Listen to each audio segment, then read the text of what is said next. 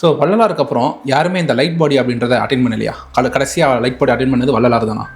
So இப்போ world current சுச்சுவேஷனை நீங்கள் பாருங்கள். நான் சொன்ன மாதிரி இந்த வேர்ல்டே ஒரு டார்க் சூழ்ந்த ஒரு இடம், ஒரு இருள் சூழ்ந்த ஒரு இது. அதனால தான் இவ்வளோ குற்றங்கள் அநியாயங்கள் நடந்துகிட்டு இருக்கு. இப்படிப்பட்ட இந்த பூமியில் வள்ளல் பெருமானார் கண்டிப்பாக அட்லீஸ்ட் ஒருத்தர் 2 பேராவது அந்த ஒளி தேகத்தை அடைய வச்சிருப்பார். அதுக்கான ப்ரூஃப்ஸும் இருக்குது. அதை கூட விட்டுருங்க, வள்ளல் பெருமானுக்கு அப்புறம் லைட் பாடி அட்டென்ட் பண்ணவங்க நிறைய பேர் இருப்பாங்க. இப்போ ஜீவ சமாதிலாம் எடுத்துக்கோங்க. ஜீவ சமாதிலான்றது வந்து ஒரு சமாதி. அது வந்து ஒரு ஃபிசிக்கல் ஸ்டோனை வச்சு கட்டுறாங்க. அதனால நம்ம கண்களால் அதை பார்க்க முடியுது அந்த சமாதியை. பட் லைட் பாடின்றது என்னன்னா, அவங்களோட இந்த மாதிரி விஷயங்கள் எல்லாம் உலகம் ஃபுல்லா இப்ப இருக்கிற மக்கள் அவேக்கனாக ஆரம்பிக்கிறாங்க. இப்ப பிறக்கிற குழந்தைகள் இருக்குல்ல, எல்லாமே ஆன்மீக குழந்தைகள். இப்போ வந்து தேவாதி தேவர்கள்லாம் போட்டி போட்டுட்டு இருக்காங்களாம், பூமியில பிறப்பு கிடைக்காதான்ட்டு. ஏன்னா அவ்வளோ பெரிய ஒரு குளோபல் அவேக்னிங்குள்ள நம்ம போயிட்டு இருக்கோம். இப்போ சிம்பு அவங்க சொன்ன மாதிரி plants is also an human being தானே? அது சாப்பிட்டா வெஜிடேரியன் ஆகாதா? பிளான்ட்ஸ் இஸ் அது நான்வெஜ் தானே? ஆமா, அது கண்டிப்பா. அது என்னன்னா, அதான் சொன்ன லெவல் ஆஃப் கம்பேஷன் மாதிரி. இப்போ ஏன் நம்ம நான்வெஜ் ஃபுட் சாப்பிடக்கூடாது அப்படின்னு சொல்றீங்க? வள்ளல் பெருமான் சொல்லியிருக்காரு, அச்சில் வார்ப்போம் ஆகா விட்டால் மிடாவில் வார்ப்போம். அழகா சொல்லி பார்ப்பேன் அன்போட, அதையும் சொல்லி திருந்தினால அடி வெளுத்துருவேன்னு சொல்லியிருக்காரு. அப்ப நம்ம ஜாக்கிரதையா இருந்துக்கணும். இப்ப நான் இதெல்லாம் பேசுறேன்னா நான் பேசுறேன்னா கண்டிப்பா இல்ல, எனக்கு இந்த அறிவே கிடையாது, நானே சொல்றேனே. அப்ப என்னுள்ள இருந்து இசைக்கின்றாரு வள்ளல் பெருமானார், எனக்குள்ள இருந்து அந்த பேசிக்கிட்டு இருக்காரு. அவரு தான் பேசிக்கிட்டு இருக்காரு இவ்வளவு விஷயத்தையும். இது சத்தியம். ஏன்னா எல்லாருக்குள்ளயும் என்ன சொல்லியிருக்கிறாரு, இப்போது இங்க இருக்கின்றோம், எல்லா உயிர்களுக்குள்ளயும் புகுந்துப்போம். வள்ளல் பெருமான் எல்லா உயிர்களுக்குள்ளயும் புகுந்துட்டாரு, உள்ள இருந்து இயக்கிட்டு இருக்கிறாரு. அது உணராம இருக்கிறாங்க ஆன்மாக்கள். இந்த வீடியோவை பாக்குறாங்கனாலே கோடி புண்ணியங்கள் பண்ணிருக்கணும் அந்த ஆன்மா. இப்போ வள்ளலார் அவங்களுடைய உடலை வந்து புதைச்சிட்டாங்க அப்படின்னு சொல்ற ஒரு சிலவங்க இருக்காங்க, எரிச்சிட்டாங்க அப்படின்னு சொல்ற ஒரு சிலவங்க இருக்காங்க. நீங்க போன வழியில் சொல்லியிருந்தீங்க அவருடைய துணி உட்பட எல்லாமே லைட் ஆயிடுச்சு அப்படின்னு சொல்லியிருந்தீங்க. இப்போ ஃபர்ஸ்ட் 2 கருத்தை சொல்லியிருந்தாங்களா, அவங்களுக்கு உங்களுடைய பதில் என்னவா இருக்கும்? நம்மள வந்து அவ்வளோ பெரிய கருணை கூட்டு போயிடுவார். அந்த மரணமில்லா பேரின்ப வாழ்வு எல்லா ஆன்மாக்களும் அடைய போகுது. இது உறுதி, சத்தியம். இப்ப எனக்குமே பாத்தீங்கன்னா இதுதான் கடைசி பிறவி. நானும் அந்த மரணமில்லா பேரின்ப வாழ்வுக்கு போவேன். நேர்களுக்கு அன்பு வணக்கம். 2 மாசத்துக்கு முன்னாடி வள்ளலார் எப்படி லைட் பாடி அடைஞ்சாங்க அப்படின்றத பத்தி நம்ம விஷயம் கூட பேசியிருந்தோம். இன்னைக்கு பார்ட் 2ல நிறைய விஷயங்களை இன்னும் டிஸ்கவர் பண்ண போறோம் அவங்க கிட்ட. வணக்கம் விஷயந்த். ஹாய் பிரணாவ். போன தடவை இந்த பார்ட் 1 பேசினதுக்கப்புறம் உங்களுக்கு ரெஸ்பான்ஸ் எப்படி இருந்தது? கமெண்ட் செக்ஷனில் ஒரு சூப்பராக இருந்தது. உங்களுக்கு பர்சனலாக நிறைய பேர் டிஎம் பண்ணாங்களா? என்னென்னலாம் சொன்னாங்க? ஸோ இந்த வீடியோ வந்து நம்மளோட ஃபர்ஸ்ட் வீடியோவில் அது போன வாட்டி போட்டது. ஸோ ரொம்ப சந்தோஷமாக இருந்துச்சு. நிறைய பேர் வந்து உங்கள் வீடியோ பார்த்து நான் வீகனாக மாறி இருக்கிறேன், எனக்கு வந்து இப்போ தான் அருட்பெருஞ்சோதி ஆண்டவரோட அந்த உண்மை நிலை புரிஞ்சுது, சமயத்தை விட்டு சன்மார்க்கத்தை முற்றிலும் சுத்த சன்மார்க்கத்தை ஃபாலோ பண்ண ஆரம்பிச்சிருக்காங்க. அதெல்லாம் கேட்கும்போது ஒரு பேரானந்தம். இது எப்படிப்பட்ட ஒரு பேரானந்தம்னா, அருட்பெருஞ்சோதி ஆண்டவர் தான் இயற்கை உண்மை கடவுள். அண்ட் நம்மளோட அம்மாவும் அப்பாவும் இருக்கிறது அருட்பெருஞ்சோதி ஆண்டவர் தான். ஸோ என்னோட தாய்க்கு என் சைட்லேருந்து நான் என்ன பண்ண முடியும்னா, கண்டிப்பாக இந்த விஷயத்த வந்து இந்த நான் பண்ண விஷயம் வந்து அந்த உண்மை கடவுள் அருட்பெருஞ்சோதி ஆண்டவரை கண்டிப்பாக அது மகிழ்ச்சி அடை செஞ்சுருக்கோம். அதில் ஒரு பேரானந்தம் அடையுது. அந்த ஒரு விஷயம் எனக்கு வந்து பெரும் எப்படி சொல்றது, பெரும் பாக்கியமாக நான் கருதுறேன். அண்ட் இந்த பார்ட் 2க்கும் வந்து உங்களுக்கு வந்து ஒரு பெரும் நன்றி இந்த ஆப்பர்ச்சுனிட்டி கொடுத்ததுக்கு. அண்ட் நேயர்களுக்கு என்னன்னா பார்ட் 1 இருக்கு. ஸோ அதை நீங்க பார்க்கலன்னா பார்ட் 1 பார்த்துட்டு இந்த பார்ட் 2 கண்டினியூ பண்ணுங்க. ஸோ வள்ளலாருக்கு அப்புறம் யாருமே இந்த லைட் பாடி அப்படின்றத அட்டென்ட் பண்ணலையா? கடைசியாக லைட் பாடி அட்டென்ட் பண்ணது வள்ளலார் தானா? ஸோ இப்போ வேர்ல்டு கரண்ட் சுச்சுவேஷனை நீங்க பாருங்க. நான் சொன்ன மாதிரி இந்த வேர்ல்டே ஒரு டார்க் சூழ்ந்த ஒரு இடம், ஒரு இருள் சூழ்ந்த ஒரு இது. அதனாலதான் இவ்வளவு குற்றங்கள் அநியாயங்கள் நடந்துகிட்டு இருக்கு. இப்படிப்பட்ட இந்த பூமியில வீகன்ஸ், அதாவது வீகன்ஸ்னா சாதினாலேயோ மதத்தினாலேயோ ஏதோ இனத்தினாலேயோ மொழினாலேயோ ஒன்று சேர்ந்தவங்க இல்லை, கருணையினால ஒன்று சேர்ந்தவங்க. அதாவது வள்ளல் பெருமானோட உயர்ந்த நோக்கமே என்னன்னா கருணை. அந்த கருணை நெறினால ஒன்று சேர்ந்திருக்காங்க. அண்ட் எவ்வளவு பேர்னு பாத்தீங்கன்னா 100 மில்லியன்ல இருந்து 200 மில்லியன். அதோட எஸ்டிமேஷன் வந்து 2025 அப்படி எடுத்திருக்காங்க. இப்ப பாத்தீங்கன்னா அதை விட டபுள் ட்ரிபிளா தான் இருக்கும். ஏன்னா அவ்வளோ வீகன்ஸ் வந்து அவேக்கன் ஆயிட்டு இருக்காங்க. இந்த இவ்வளோ இருள் சூழ்ந்த பகுதியில இவ்வளோ பீப்புள்ஸ் அவேக்கன் ஆயிட்டு இருக்காங்க. அண்ட் ஆல்சோ இந்த நிறைய பீப்புள்ஸ் வந்து இப்ப நம்ம தமிழ்நாட்டிலே பாத்தீங்கன்னா சமரன் ஒருத்தர் இருக்கிறாரு, அனிமல் லிபரேஷன் நவ்னு. அவங்க களத்துல இறங்கி போராட ஆரம்பிச்சிட்டாங்க.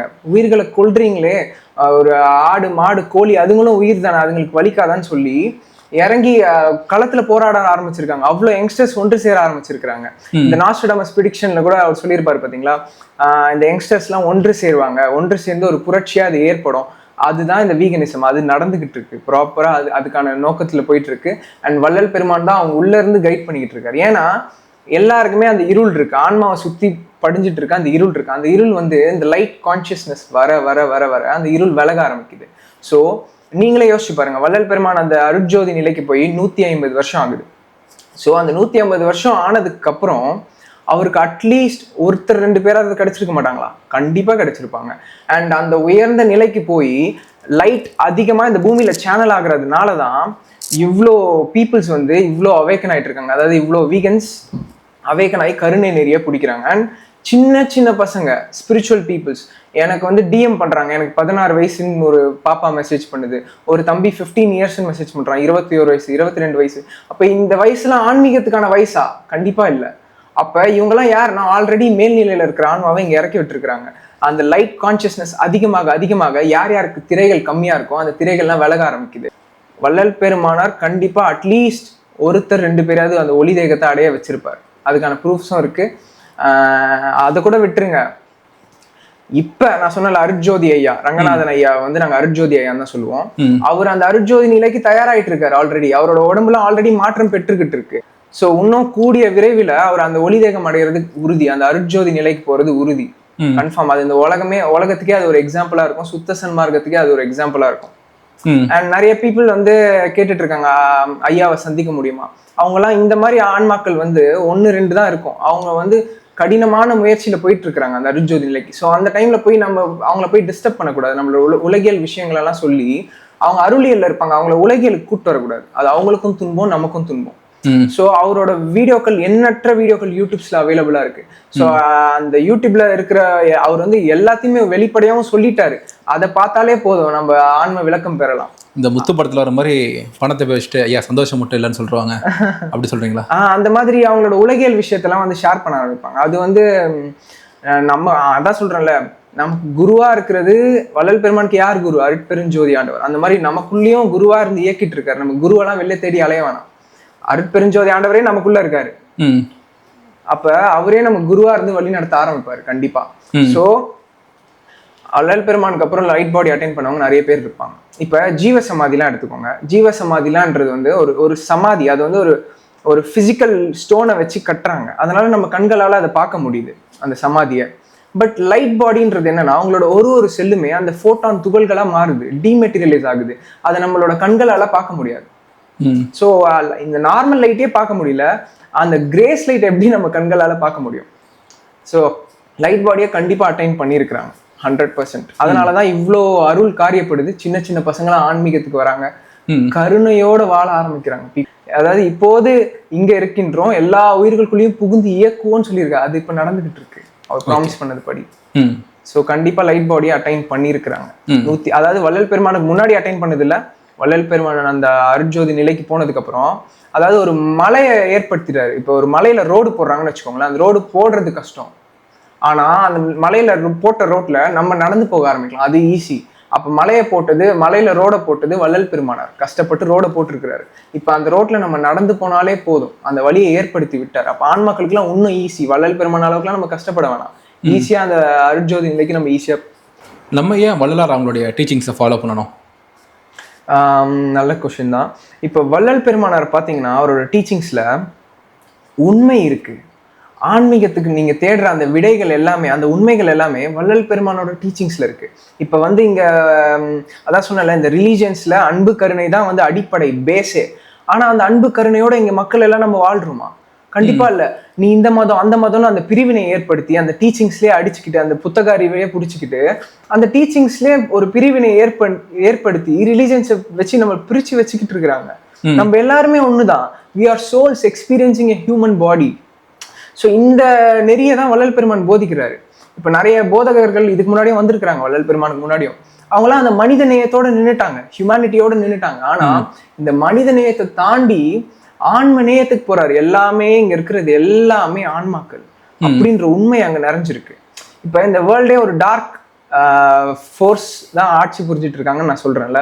ஏன்னா இங்க அவ்வளவு போர்கள், பதற்றம், இவ்வளவு பிரச்சனைகள் நடந்துட்டு இருக்கு, புரியுதா? ஸோ இதுக்கு என்ன எக்ஸாம்பிள்னா, நீங்க ஒரு நான் வெஜிடேரியனா இருக்கீங்கன்னா உங்களை யாரும் எதுவும் கேள்வி கேட்க மாட்டாங்க. ஆனா இதுவே நீங்க ஒரு வீகனா இருந்து பாருங்க. அதாவது வீகன்ஸ்லாம் யாரு? கருணை நெறிய ஃபாலோ பண்றவங்க. ஒரு உயிர் என்னால கொல்லப்படக்கூடாது, எந்த உயிரையும் துன்புறுத்தி அதுல நான் வந்து ஒரு ஆளா இருக்கக்கூடாது, அந்த எந்த உயிரையும் நான் துன்புறுத்தக்கூடாதுன்னு நினைக்கிறவங்க. அப்படி இருக்கிறவங்க நல்லவங்களா கெட்டவங்களா? அது ஒரு நல்ல குணமா கெட்ட குணமா? கண்டிப்பா நல்ல குணம்.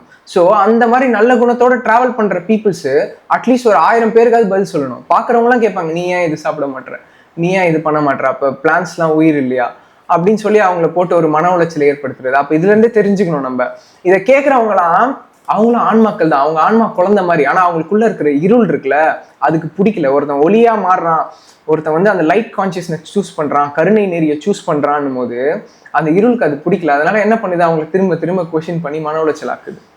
ஸோ வள்ளல் பெருமானோட டீச்சிங்ஸ் பாத்தீங்கன்னா அதுல உண்மை இருக்கு. நீங்க என்ன கொஸ்டின்ஸ்க்கு ஆன்சர் வச்சு பார்த்தாலும் இந்த ஆன்ம நேயம், அதான் இந்த சோல் ஒன்னஸ் வச்சு பாத்தீங்கன்னா அதுல ஆன்சர்ஸ் எல்லாமே உங்களுக்கு கிடைச்சிடும். இப்ப நான் எப்படி தெரியுமா வள்ளல் பெருமானரை பார்ப்பேன்? இப்ப KGF மூவி எடுத்துக்கோங்க, அதுல அந்த ராக்கி பாய் இருப்பாருல்ல, அந்த ராக்கி பாய் தான் வள்ளல் பெருமான் நான் பார்ப்பேன். அண்ட் அந்த மக்கள் இருக்காங்களா, அவங்களாம் இருள்ல மாட்டிக்கிட்டு அந்த கொடுமைப்படுத்திட்டு இருப்பான் பாத்தீங்களா, அந்த வானரம், அந்த அந்த எனிமி பீப்புள்ஸ் எல்லாம் இருப்பாங்க, வில்லனா காட்டுவாங்களே, அவங்க தான் இந்த இலுமினாட்டிஸ், இந்த டார்க் ஃபோர்ஸஸ்லாம். ஸோ இவங்கெல்லாம் நம்ம ஆட்களை பிடிச்சி வச்சுட்டு, சிறை பிடிச்சி வச்சுட்டு, ஆனா இந்த பூமியும் அப்படிதான் இருக்கு. நம்மள என்ன பண்ண வைக்கிறாங்க, பிறக்கிறோம், சாப்பிடுறோம், இனப்பெருக்கம் பண்றோம், ஒரு நாள் இறந்து போயிடுறோம். அப்போ ஒரு டாகோட லைஃப் ஸ்டைலுமே அதான், பிறக்குது, சாப்பிடுது, இனப்பெருக்கம் செத்து போயிருது. அப்ப மனுஷ வாழ்க்கை இது மட்டுமான்னு நம்ம சிந்திக்க ஆரம்பிக்கணும். கண்டிப்பா இதுக்கான பர்பஸ் மட்டும் நமக்கு கிடையாது. ஏன்னா நமக்கு 6 அறிவுன்னு ஒன்று கொடுத்துருக்காங்க, சிந்திக்கிற அறிவை கொடுத்துருக்காங்க, அதுக்கு தான் கொடுத்துருக்காரு. அப்ப நாங்க இந்த KGF மூவி வச்சு கனெக்ட் பண்ணுவேன். நம்மளையும் இப்படிதான் ஓட வச்சுட்டு இருக்காங்க. அந்த KGF மூவில எப்படி கஷ்டப்படுத்துறாங்க மக்களை, அப்ப அந்த கஷ்டத்துல இருந்து மீட்டெடுக்க வந்தவர் தான் வள்ளல் பெருமான். எப்படி ஒரு ராக்கி பாய் இருக்கிறாரோ அந்த மாதிரிதான் வள்ளல் பெருமானை நான் பார்ப்பேன். ஏன்னா இறைவனே அருட்பெருஞ்சோதி ஆண்டவரே என்ன சொல்லி வள்ளல் பெருமான் அனுப்புறாருன்னா, இந்த பேருற்ற உலகிலே போர், மதம், பிரச்சனைன்னு அடிச்சுக்கிட்டு மக்கள் செத்துக்கிட்டு இருக்காங்க, சமய நெறிகள்லாம் பார்த்து அதுலயே சண்டை போட்டுக்கிட்டு வீண் போயிட்டு இருக்க ஆன்மாக்கள்லாம் விரைந்து போய் இந்த உண்மை நெறி, புரியுதா, உண்மையான நெறிய மக்களுக்கு எடுத்து சொல்லுன்னு சொல்லிதான் அருட்பெருஞ்சோதி ஆண்டவரை இங்க அனுப்புறாராமா வள்ளல் பெருமானரை. வருவிக்க விட்டேன் அருளை பெற்றேன்றார். அப்ப இந்த உண்மைகள் எல்லாத்தையும் நமக்கு போதிக்கிறதுக்காக வந்தவர் தான் வள்ளல் பெருமானார். நீங்க வேணா இன்னும் நீங்க பாருங்க, 5 years இன்னும் எத்தனை பேர் வள்ளல் பெருமானரை ஃபாலோ பண்ண போறாங்கன்னு மட்டும் பாருங்க. தமிழ்நாட்டுல மட்டும் இல்ல, உலகம் ஃபுல்லா வள்ளல் பெருமானோட டீச்சிங்ஸ் ஆல்ரெடி ஃபாலோ பண்ண ஆரம்பிச்சிட்டாங்க.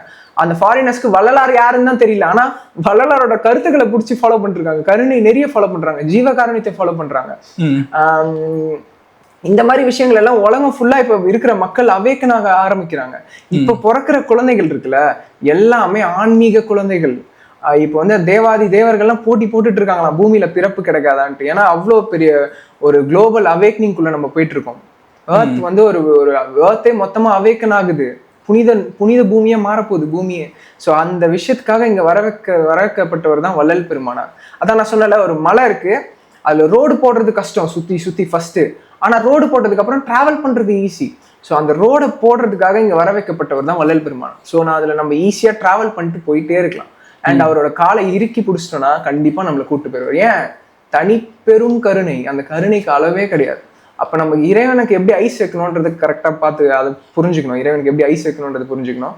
அண்ட் வள்ளல் பெருமானார் பாத்தீங்கன்னா உண்மை நெறி, அதான் சொன்னல, ஸ்பிரிச்சுவாலிட்டியில ஹையஸ்ட் போறான்னா வள்ளல் பெருமானோட டீச்சிங்ஸ்ல தான் வந்து நிற்பான். அங்கதான் அந்த உண்மை நெறி இருக்கு, கருணை நெறி இருக்கு. லவ் அண்ட் கம்பேஷன் தான் கடவுளோட ஃப்ரீக்வன்சின்ட்டாரு. நீ கோயில் குளங்க போய் சுத்தவானா, அங்க எங்கன்னு சுத்தவா, கடவுள் உனக்குள்ள இருக்கிறாரு, கடவுள் உனக்குள்ள இருக்கிறாரு. ஸோ அதை நம்ம சிந்திக்க ஆரம்பிச்சாலே நமக்கு புரிய ஆரம்பிச்சிடும். அண்ட் வள்ளல் பெருமானாரை வந்து ஏதோ சித்தர்கள் கூட்டத்தோட வச்சிடுறாங்க. நிறைய பேர் பாத்தீங்கன்னா வள்ளல் பெருமானார் வந்து இன்னொரு சித்தர்ன்ற மாதிரி வச்சிடுறாங்க. அதுக்கும் வள்ளல் பெருமான் ஆன்சர் சொல்றாரு, மூவர்னா யாரு, சிவன் பிரம்மா விஷ்ணு, தேவரும் முத்தரும் சித்தரும் யாரும் பெற்றிடா இயலென கழித்தனைன்றாரு. அப்ப யாருக்குமே கிடைக்காத பொக்கிஷத்தை எனக்கு அள்ளி கொடுத்துருக்குன்றாரு.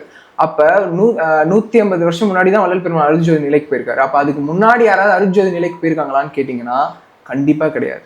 அதை இவரே சொல்றாரு, அகவல்ல குறிப்பிடுறாரு, மூவரும் தேவரும் முத்தரும் சித்தரும் யாரும் பெற்றிடா இயலென கழித்தனை. இப்ப வள்ளல் பெருமான ஒரு சித்தரா? கண்டிப்பா இல்ல. அதையும் தாண்டி அந்த இறை நிலைக்கு போய் இறைவனோட ஒன்றரை கலக்குறாரு, அந்த அருட்ஜோதி நிலைக்கே போறாரு. அப்ப அவரோட அந்த பெருமையை உணருங்க. அவர் வந்து அதுக்குன்னு போற்றி புகழ்ந்து அப்படிலாம் நான் பில்டப்லாம் பண்ண சொல்லல. அவர் என்ன நிலைக்கு போனாருன்னா அட்லீஸ்ட் தெரிஞ்சுக்கோங்களேன், அவர் என்னதான் சொல்ல வர்றாருன்னு தெரிஞ்சுக்கோங்களேன். அவரையும் நீங்க ஏன் ஒரு சமயத்தோட எடுத்துட்டு வந்து சேர்க்குறீங்க? வள்ளல் பெருமானார் அவ்வளோ பெரிய நிலைக்கு போயிருக்காரு. நீங்களுமே அந்த நிலைக்கு போகலாம். இப்ப வந்து நாயினும் கடையன் நான், அதாவது ஒரு வள்ளல் பெருமான் அவரே தன்னைத்தானே தாழ்த்திப்பாரு, நாயினும் கடையன் அப்படிலாம் தாழ்த்திருப்பாரு. ஏன்னா ஈகோக்கு அகைன்ஸ்டா இருக்காரு. ஈகோன்றதே ஒரு இருள் தான் ஈகோ. ஈகோக்கு அகைன்ஸ்டா அவர் அப்பப்ப தாழ்த்திப்பாரு. நான் வந்து நாயை விட ஒரு கீழ்நிலையில இருக்கிறவன் அப்படின்னு வள்ளல் பெருமானே அப்படி தாழ்த்திக்கிறாருன்னா நம்மளாம் எப்படிப்பட்டவன், நான் எப்படிப்பட்டவன். அப்ப எனக்கே உள்ள இருந்து உணர்த்துறாரு, எனக்கே உள்ள இருந்து இன்ஃபர்மேஷன் சொல்றாருன்னா இந்த வீடியோவை பாக்குற எல்லாருக்குமே உள்ள இருந்து உணர்த்துறாரு. உங்களாலையும் இந்த அருட்ஜோதி நிலையை அடைய முடியும், அவர் பேசுறது உங்களாலையும் கேட்க முடியும், அவர் உங்களை ஆட்கொண்டு வழி நடத்துவார். அதுக்கு நீங்க ஆப்பர்ச்சுனிட்டி கொடுத்தா போதும், வேற எதுவுமே வேண்டாம். ஸோ இவர் தான் வள்ளல் பெருமானார். இந்த விஷயத்துக்காக தான் இந்த பூமிக்கே இறக்கி விடுறாங்க. இந்த இருள் சூழ்ந்த பூமியை அந்த இறைவனோட அருளை இங்க காரியப்பட வச்சு பூமியவே ஒரு புனித பூமியா ஒரு நியூ அர்த்தா மாற்றுறதுக்காக இங்க அதுக்காக வர வைக்கப்பட்டவர் தான் வள்ளல் பெருமானார். இப்போ சிம்பு அவங்க சொன்ன மாதிரி plants is also human being தானே, அது சாப்பிட்டா வெஜிடேரியன் ஆகாதா? பிளான்ட்ஸ் அது நான்வெஜ் தானே? ஆமா, அது கண்டிப்பா தான். அது என்னன்னா அதான் சொன்ன லெவல் ஆஃப் கம்பேஷன் மாதிரி. இப்ப பிளான்ட்ஸ்க்கு வந்து நர்வஸ் சிஸ்டம் இல்ல, நம்மள மாதிரி பிரெயின் வலி உணர்ற தன்மைகள் பிளான்ஸ்க்கு இல்ல. இப்போ லெட்ஸே ஒரு கீரை இருக்கு, அது கீரையை புடுங்குறோம்னா உங்களுக்கு ஏதாவது சத்தம் ஏதாவது கேக்குதா? ஆனா வள்ளலாரோட கருணை அந்த வாடிய பயிரை கண்ட போதெல்லாம் வாடினு அதுக்கும் போறாரு. ஆனா ஃபர்ஸ்ட் நம்ம இதை புரிஞ்சுக்கணும். உனக்கு எப்படி இப்ப நமக்கு இங்க வெட்டினா எப்படி வலிக்கும், ஒரு கையில ஒரு கத்தியால வெட்டினா எப்படி வலிக்கும், அதே மாதிரிதான் அந்த ஆடு கோழி மாடுகளுக்கும் வலிக்குது, மீன்களுக்கும் வலிக்கும். புரியுதா? அந்த வலித்தன்மை உணர்றதை வச்சுதான் கம்பேஷனே இங்க பிரிக்கிறாங்க. புரியுதா? இப்ப பாக்டீரியாஸும் உயிர் தான், வள்ளலார் அதுக்கும் போறாரு பாக்டீரியாஸ்க்கும்.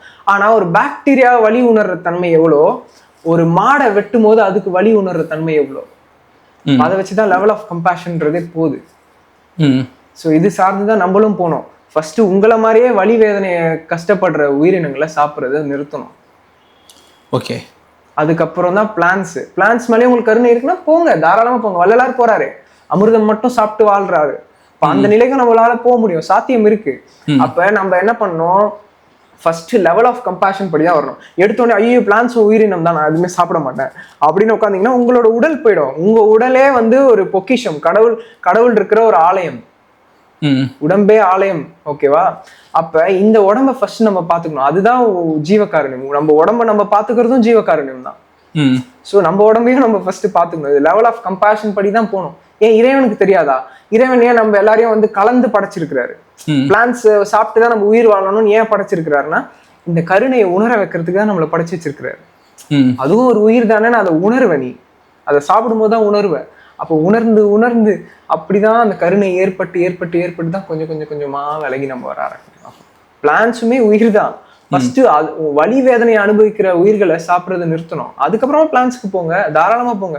அதான் வள்ளல் பெருமானா சொல்றாரு, நம்ம அதையும் கடந்த நிலைக்கு போனோம். அமிர்தத்தை சாப்பிட்றதுதான் கடைசி, அதுதான் அந்த இம்மார்டாலிட்டிக்கு உங்களை எடுத்துட்டு போகும். யாரெல்லாம் சுத்த சன்மார்க்கிகள் அப்படின்னு சொல்லுவீங்க? இப்ப சுத்த சன்மார்க்கிகள் பாத்தீங்கன்னா நீ அந்த பேர்லயே இருக்கும், சுத்த சன்மார்க்கிகள். சுத்தன்றது பியூர், அந்த பியூரிட்டி, அந்த பியூர்ன்றதை மென்ஷன் பண்றாரு.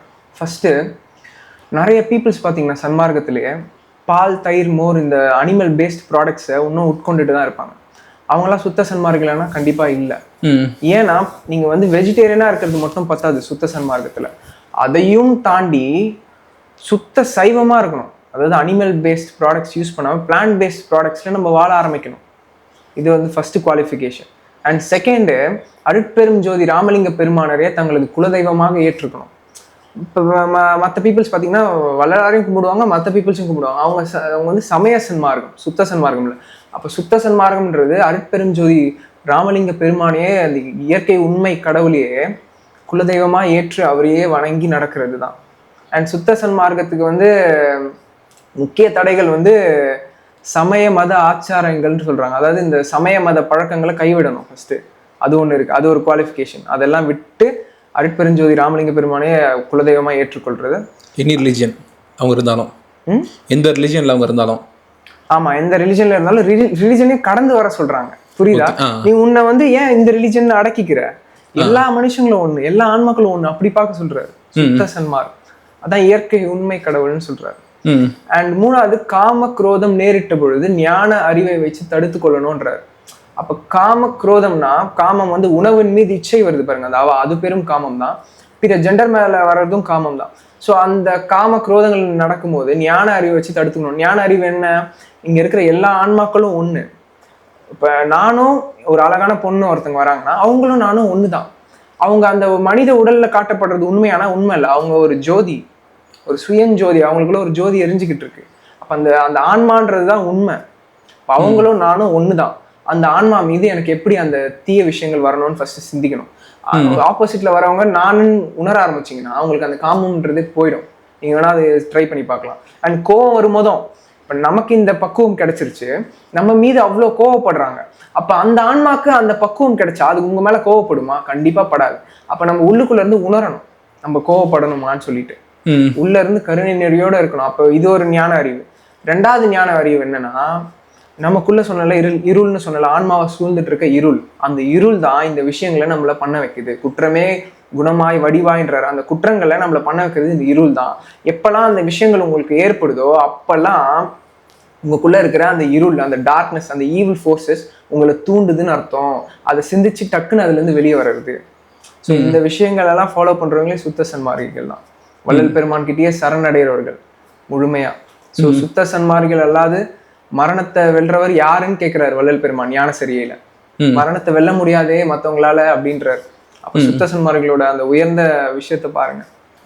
ஏன் நம்ம நான்வெஜ் ஃபுட் சாப்பிடக்கூடாது அப்படின்னு சொல்றீங்க?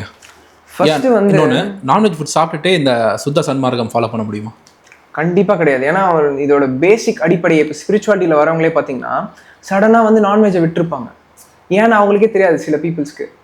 அது ஏன்னா இந்த ஆன்மாக்கு தெரியும் அது ஒரு பாவம்ன்றது தெரியும், அது ஒரு குற்றம்ன்றது தெரியும். ஃபர்ஸ்ட் நான் சொன்ன மாதிரி அதுங்க எல்லாமே ஒரு உயிர்கள். அந்த உயிர்களுக்கு நம்மள மாதிரியே வலிக்கும். ஓகேவா? நம்ம உடம்புக்கு தேவை நியூட்ரிஷன் தான். அந்த நியூட்ரிஷனை நீங்கள் பிளான்ட் பேஸ்ட் ஃபுட்ல இருந்தும் எடுத்துக்கலாம், அனிமல் பேஸ்ட் ஃபுட்ல இருந்தும் எடுத்துக்கலாம். அப்போ நம்மளோட சாதனமே கருணை. நீங்கள் சன்மார்க்கத்துக்குள்ள வரீங்க அப்படின்னாலே அந்த அந்த கடவுளோட ஃப்ரீக்வன்சி கம்பேஷன். அப்போ கம்பேஷன் தான் நம்மளோட இதுவே. அப்போ நம்ம உடம்புக்கு தேவை நியூட்ரியன்ஸ். அது பிளான்ட் பேஸ்ட் டயட்ல இருந்தும் நம்ம எடுத்துக்கலாம். புரியுதா? இந்த ஆப்ஷன் இருக்கும்போது நீங்க ஒரு உயிரை கொன்னு அதை வேதனைப்படுத்தி நம்ம சாப்பிடணும். இது ஒண்ணு. செகண்ட், இன்னொரு விஷயம் என்னன்னா, இந்த நம்ம நான்வெஜ் சாப்பிட்றப்ப இந்த இருள் நம்மளை சூழ்ந்துரும். அந்த ஆன்மால ஆல்ரெடி இருள் தான் இருக்கு. இந்த இருள் என்ன பண்ணும்? இன்னும் அதிகரிக்க ஆரம்பிக்கும், நம்மளுக்கு கெட்ட கெட்ட விஷயங்களை பண்ண வைக்கும். அண்ட் நீங்க என்னதான் அவங்களுக்கு ஆன்மீகத்தை போய் போதிச்சாலும் அவங்களுக்கு அந்த அறிவு ஏறாது. என்னதான் அவங்க ராக்கெட் சயின்ஸே படிச்சு பிஹெச்டிலாம் படிச்சு எவ்வளோ பெரிய பெரிய படிப்புகள் படிச்சாலும் இந்த உண்மைகளை அவங்களுக்குள்ள ஏறாது. இந்த உண்மைகளை அவங்களால புரிஞ்சிக்கவே முடியாது. சிம்பிளான விஷயங்கள் தான் இருக்கும். பேசிக் காமன் சென்ஸ் யூஸ் பண்ணாலே இறைவனை புரிஞ்சுக்கலாம். ஆனா இந்த உண்மைகளை அவங்களுக்குள்ள ஏத்திக்க முடியாது. அந்த இருள் அதை மறைச்சிடும். ஸோ கண்டிப்பா நீங்க சன்மார்க்கத்துக்குள்ள வரீங்க, சுத்த சன்மார்க்கத்துக்குள்ள வரீங்கன்னா வெஜிடேரியனா ஃபர்ஸ்ட் மாறுங்க. அடுத்து உடம்ப கொஞ்சம் கொஞ்சமா வீகனா மாறியே ஆகணும். ஏன்னா கருணை நெறி, நம்மளோட நெறியே என்ன? கருணை. கருணையே சாதனம்ன்றார். ஸோ அதனால நான் வெஜிடேரியன்ன்றது ஒரு பெரிய ஆபத்து நமக்கு. இப்போ இதுக்கு ப்ரூஃப் என்ன தெரியுமா? எப்ஸ்டைன் ஃபைல்ஸ் எடுத்துக்கோங்க. எப்ஸ்டைன் ஃபைல்ஸ்ல இந்த குட்டி குட்டி குழந்தைங்களை பலி கொடுத்துருப்பாங்க. புரியுதா? அது உண்மையாது. அதாவது எப்ஸ்டைன் ஃபைல்ஸ் தான் ப்ரூஃப் இருக்கே, போட்டு வந்திருக்குது. இந்த சின்ன சின்ன குழந்தைங்களை வந்து பலி கொடுத்துருக்காங்க, சைத்தானிக் வர்ஷிப்ன்ற மாதிரி. அப்ப நீங்க யோசிச்சு பாருங்க, இங்க அதே மாதிரி ஆடு கோழிகளை பலி கொடுக்குறாங்க. அப்ப இதெல்லாம் கடவுள் தான் கேட்பாரா? கடவுளுக்கு அந்த ஆடு மேல ஒரு ஆடு துடி துடிச்சு ரத்தம் வந்து துடி துடிச்சு சாகுறத பார்க்கணும்னு கடவுளுக்கு ஆசை இருக்குமா? அப்ப இதெல்லாம் பண்றது யாருன்னு நீங்களே சிந்திச்சு பாருங்க. உங்க ஆன்மாக்குள்ள கேள்வி கேளுங்க. அதுக்குதான் பகுத்தறிதல்னு ஒரு 6th சென்ஸை கொடுக்குறாங்க நமக்கு. நம்மளே யோசிச்சு பார்த்தாலே அதுக்கான விடை நமக்கு கிடைச்சிடும். நான்வெஜ்ன்றது வந்து ஒரு பெரும், எப்படி சொல்றது, உங்களை பாவம் அண்ட் அந்த உயிர்கள் வேதனைப்படுறதை நீங்க சாப்பிட்றீங்க. அது உங்களுக்கு திரும்ப வந்தே ஆகும். கண்டிப்பா விட்டே ஆகணும். அண்ட் நீங்க விடலைனாலும் வள்ளல் பெருமான் சொல்லியிருக்காரு, அச்சில் வார்ப்போம் ஆகா விட்டால் மிடாவில் வார்ப்போம். அழகா சொல்லி பார்ப்பேன் அன்போட, அதையும் சொல்லி திருந்தினாலாம் அடி வெளுத்துருவேன்னு சொல்லியிருக்காரு. அப்ப நம்ம ஜாக்கிரதையா இருந்துக்கணும். இப்போ எக்கு வந்து நான் வெஜிடேரியனா, அது ஒரு கொஸ்டின். அப்புறம் ரெண்டாவது, மில்க் வந்து இப்போ ஒரு மாடால ப்ரொடியூஸ் பண்ணுற எல்லா மில்க்குமே அதோட கண்ணுக்குட்டி கொடுக்க முடியாது. அது வேஸ்டேஜாக தான் ஆகும். நம்ம சப்போஸ் அப்படி கறக்காம விட்டுட்டோம்னா அதை அங்கேயே கட்டிக்கும். அதுக்கப்புறம் அந்த இருக்கிற மாடுக்கும் வந்து அது கொடுக்க முடியாது. ஸோ அது வந்து மாடுக்கு ஒரு சின்ன பிரச்சனை தான். ஸோ எதனால் எக்கையும் ஒரு நான்வெஜ்னு சொல்கிறீங்க, எதனால் மில்க் இருக்கிறது ஒரு ப்ரியாரிட்டின்னு சொல்கிறீங்க? ஆமாம், அது எப்படின்னா, சில பீப்புள்ஸ் வந்து எனக்கு கொஷின் பண்ணாங்க, கேட்டாங்க, டவுட்ஸ் கேட்டாங்க. எக்கு வந்து இப்போ சில எக்ஸ் ப்ரொடியூஸ் பண்ணுறாங்க, அதில் கருவே இருக்காதாமா. ஸோ அதெல்லாம் உயிரே இல்லையே, அது வெஜிடேரியன் லிஸ்ட்டில் தானே வரும். எங்க குரு சொல்லியிருக்கிறாரு, எக் எடுக்கலான்னு எங்க குரு சொல்லியிருக்காரு.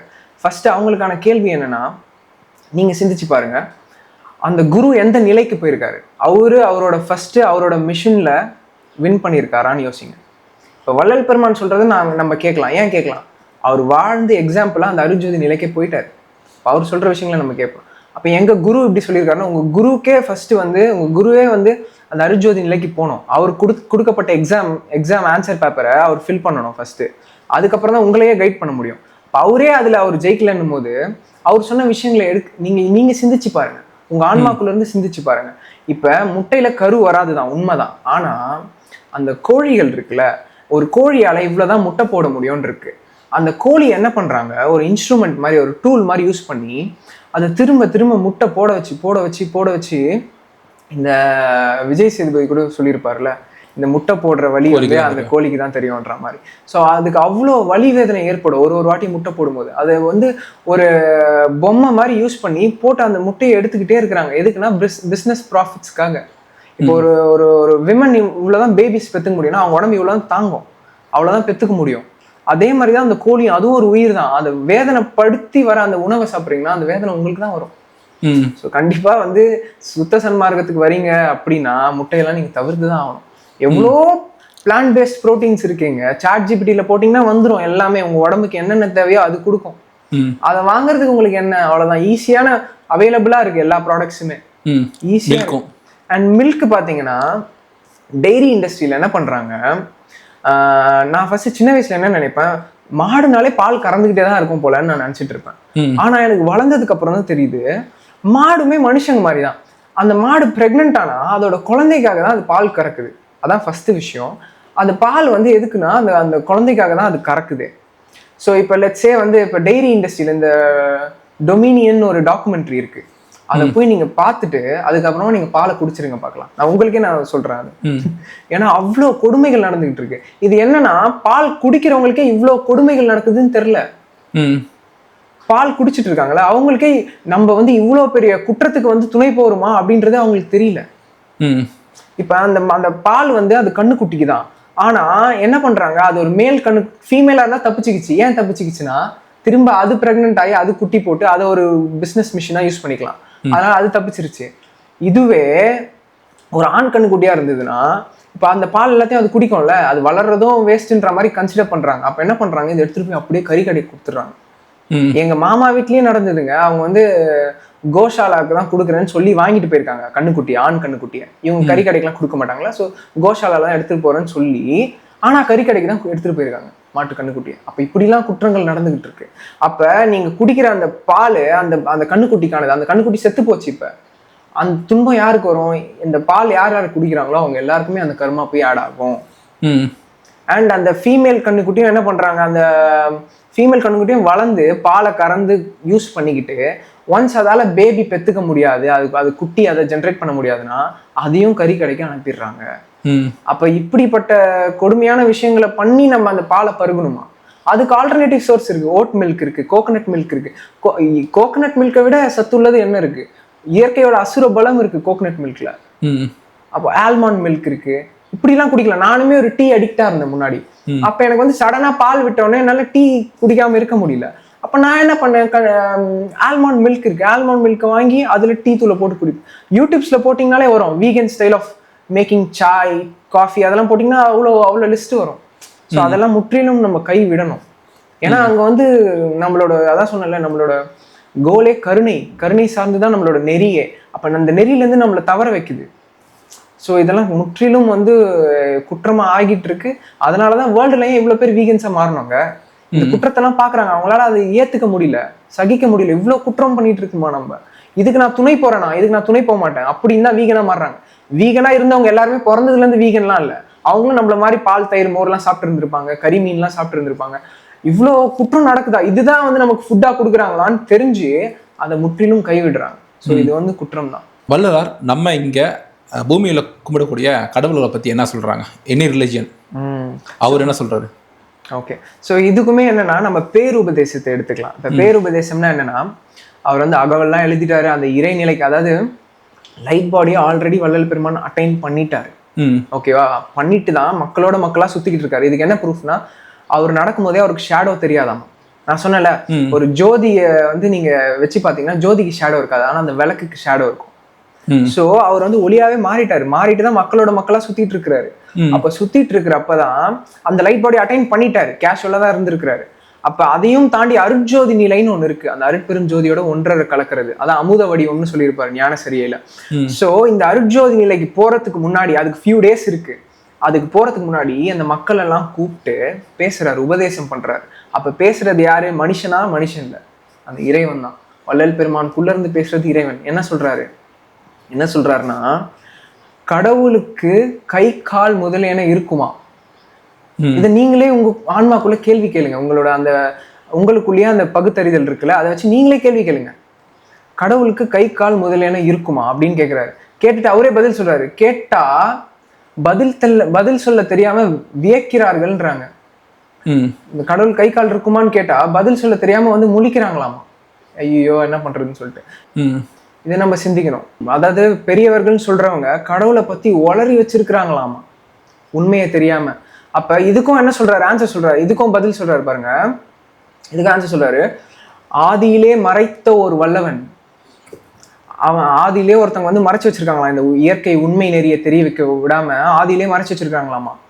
ஆதியிலே மறைத்த ஒரு வல்லவன், ஓகேவா, அவன் போட்ட பூட்டை இது வரைக்கும் திறந்தவங்க யாருமே இல்லைன்றார். அப்போ வள்ளலாருக்கு முன்னாடி இருக்கிறவங்களாம் இயற்கை உண்மை கடவுளை பத்தி தெரிஞ்சிருக்காங்களான்னு தெரியல. அதனாலதான் வள்ளல் பெருமான் டிஸ்கவர் பண்றாரு, அருட்பெரும் ஜோதின்னு டிஸ்கவர் பண்றாரு. ஆதியிலே மறைத்த ஒரு வல்லவன், அவன் பூட்டிய பூட்டை திறந்தவங்க யாருமே இல்லைன்றார். அப்ப புரியுதா உங்களுக்கு? அப்ப இங்க நடக்கிறதுலாம் என்ன, நமக்கு இங்க காண்பிக்கப்படுறதுலாம் என்ன? எல்லாத்துலயும் உண்மைகள் இருக்கு, ஆனா கொஞ்சம் கொஞ்சமா இருக்கு, முழுமையான உண்மை இல்லை. அதுக்கு தான் சுத்த சன்மார்க்கம். சுத்த சன்மார்க்கத்தை ஒருத்தன் ஆன்ம ரீதியா புரிஞ்சுக்க ஆரம்பிச்சிட்டானா, வள்ளல் பெருமானோட டீச்சிங்ஸ் ஆன்ம ரீதியா புரிஞ்சுக்க ஆரம்பிச்சிட்டானா உனக்கு எல்லா உண்மைகளும் அப்பட்டமா தெரிய ஆரம்பிச்சிடும். புரியுதா? ஐந்தொழில் புரியுற கடவுள் இருக்கும், அருள் செய்யற கடவுள் யாரு? அருட்பெருஞ்சோதின்றார். அப்ப நம்ம டைரக்டா அருட்பெருஞ்சோதி ஆண்டவரை கும்பிடணும். அவர் தான் இயற்கை உண்மை கடவுள். இப்ப இங்க காட்டப்படுறவங்களாம் யாருன்னா, அவங்களுக்கு தொழிலை போட்டு நியமிக்கிறதே இறைவன் தான், அருட்பெருஞ்சோதி இறைவன் தான். அவங்க வந்து அந்த ஆன்மாக்கள் கொஞ்சம் கொஞ்சம் மேல்நிலை தவம் யோகங்கள் பண்ணி மேல்நிலைக்கு போகும்போது அவங்களுக்கு தொழிலை போட்டு கொடுக்குறது. சில பேருக்கு வந்து பற்று ஓவரா இருக்கும். அதாவது எனக்கு புரியுது, நானுமே அவ்வளவு பற்றுதல்ல தான் இருந்தேன் சமயத்துல. வள்ளல் பெருமானே சொல்றாரு, நான் சமயத்துல அவ்வளோ லட்சியம் வச்சிருந்தேன், அந்த லட்சியம் தான் என்னை இவ்வளவு தூரம் இவ்வளவு தூரம் என்னை ஏற்றி விட்டுச்சான்னு கேட்டா இல்ல, அந்த லட்சியம் என்னை ஏற்றி விடவில்லை, அதெல்லாம் கைவிட்டதனால் வந்த லாபம்ன்றார். நான் ஏன் இவ்வளவு பெரிய நிலைக்கு வரேன்னா அது காரணம் தயவுன்றார். அதுக்கப்புறம் என்ன சொல்றாரு, இந்த சமய மதங்கள் மீது வச்சிருந்த லட்சியத்தை நான் முற்றிலும் கைவிட்டுட்டேன், உதறி விட்டுட்டேன், அதனால் வந்த லாபம் எதுன்றாரு. இப்ப நம்ம புரிஞ்சுக்கணும். ஏன் அப்ப விட சொல்றாரு வள்ளல் பெருமான்? கடவுள் நிலைக்கு போனவர் அதெல்லாம் விட சொல்றாரு. அப்ப நம்ம சிந்திக்கணும். ஆன்மால நான் எது சரி தவறுலாம் சொல்லல, வள்ளல் பெருமான் சொல்றதை அப்படியே சொல்றேன். நம்ம சிந்திச்சு பார்க்கணும். ஆன்மால இருந்து சிந்திச்சு பார்த்தாலே நமக்கு உண்மையெல்லாம் தெரிஞ்சிடும், அப்பட்டமா தெரிஞ்சிடும். அப்ப இங்க காட்டப்படுற கடவுளர்கள்லாம் யாருன்னா நம்மள மாதிரி ஆன்மாக்கள். அந்த மேல்நிலையை, அதுவும் அருட்பெருஞ்சோதி நிலைக்கு தான் அவங்களும் ட்ரை பண்ணிட்டு இருக்கிறாங்க. அவங்களும் எல்லாருமே அடைவாங்க. நம்ம இங்க இருக்கிற ஒரு ஆன்மாவும் அந்த அருட்ஜோதி நிலைக்கு போறது உறுதி. ஏன்னா அது இறைவனோட ஆசை, யாராலையும் அதை மாற்ற முடியாது. அதுக்கான டைம் பக்குவம் வரும். இதுக்கு என்ன ப்ரூஃப்னா, டைனோசர்ஸ் எல்லாம் வாழ்ந்திருக்கும். அந்த டைம்ல டைனோசர்ஸ்க்கு அருளே எதுவும் பண்ண முடியாது, ஆனா டைனோசர்ஸ் மட்டும் வாழ்ந்திருக்கும். அப்ப இறைவன் என்ன முட்டாளா டைனோசர்ஸ் மட்டும் வச்சு உலகத்தை ரன் பண்ணிட்டு இருக்குது? அப்ப அதுக்கும் ஒரு எவல்யூஷன் தேவைப்படுது, எவால்வ் ஆகுது. இப்போ எல்லாத்துக்குமே டைம்ன்றது வந்து ஃபிக்ஸ் பண்ணி வச்சிருக்காரு. ஆனா உங்க ஃப்ரீவில்ல நீங்க வந்து கரெக்டா இன்டெலிஜென்ட்டா யூஸ் பண்ணி இயற்கை உண்மை கடவுளை பத்தி தெரிஞ்சு யூஸ் பண்ணிட்டீங்கன்னா, நீங்க இன்னும் ட்ரில்லியன்ஸ் ஆஃப் பர்த் எடுக்க போறீங்கன்னா அதுக்கு முன்னாடியே அருட்ஜோதி நிலைக்கு அடைஞ்சிடலாம். ஏன்? நமக்கு இங்க பக்குவம் வர வைக்கிறதுக்கு தான் இவ்வளோ கேம். இந்த மாயை எல்லாமே நமக்கு என்னன்னா, இறைவன் அன்பும் கருணையும் நிறைஞ்சவர், அந்த தன்மையில நம்மளை வர வைக்கிறதுக்காக தான், அந்த அன்பும் அறிவையும் சொல்லி கொடுத்து அந்த தன்மையை வர வைக்கிறதுக்காக தான் இந்த மொத்த கிரியேஷனுமே. ஓகே.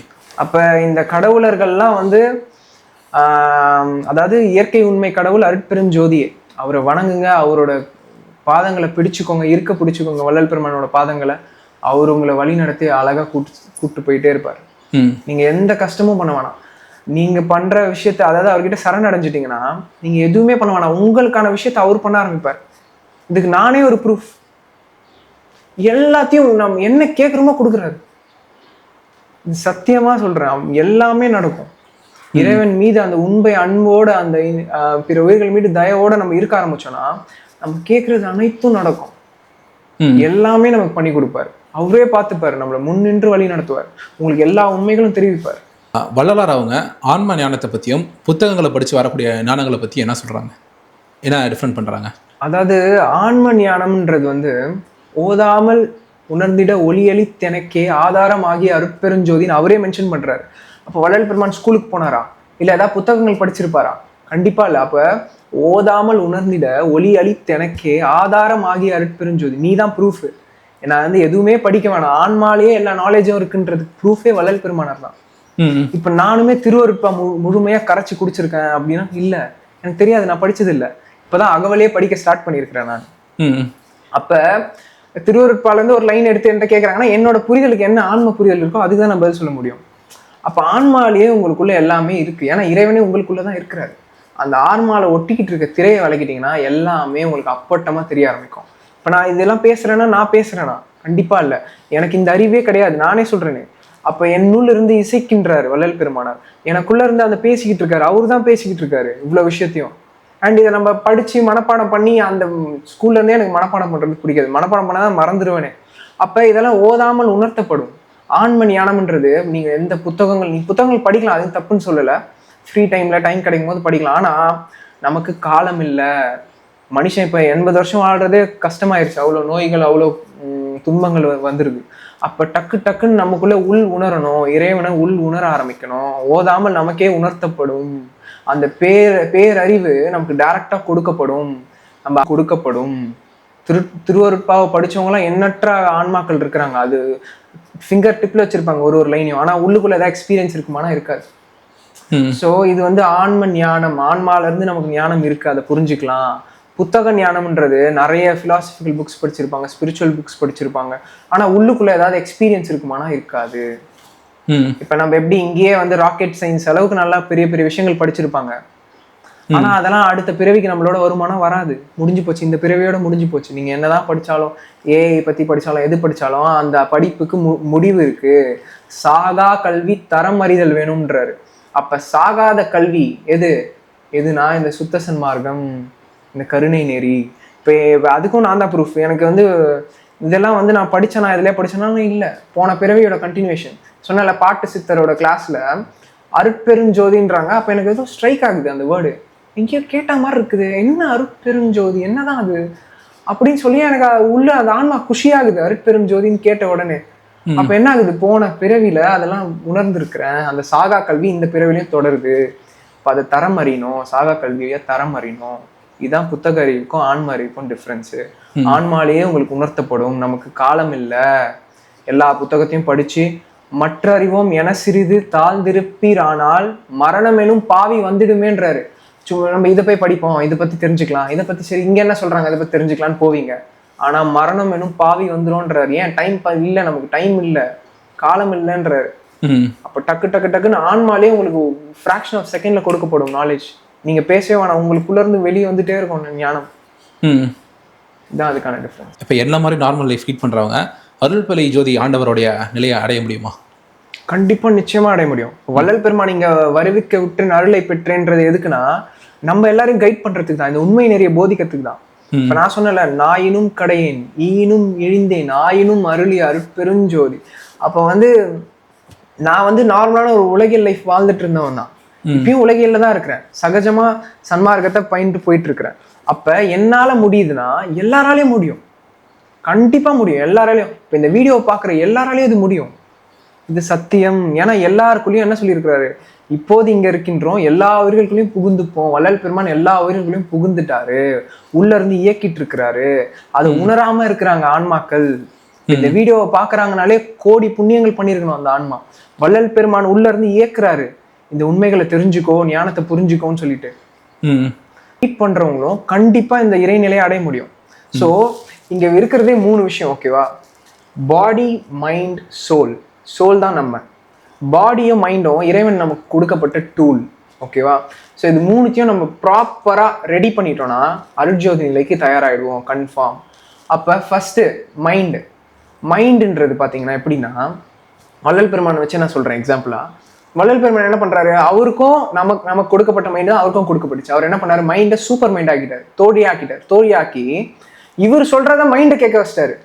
ஆனா நம்மளோட மைண்டு அது பாட்டுக்கு எதையோ ப்ராசஸ் பண்ணிக்கிட்டே இருக்கும், மில்லியன்ஸ் ஆஃப் தாட்ஸ் ப்ராசஸ் பண்ணிக்கிட்டே இருக்கும் கெட்ட விஷயங்கள். இப்போ ஒரு பறவை இருக்குன்னு வச்சுக்கோமே, ஒரு பேரட் இருக்குன்னு வச்சுக்கோங்க, பஞ்சவர்ண கிளிலாம் இருக்கு, அதை வந்து டேம் பண்ணுவாங்க, பேச வைப்பாங்க.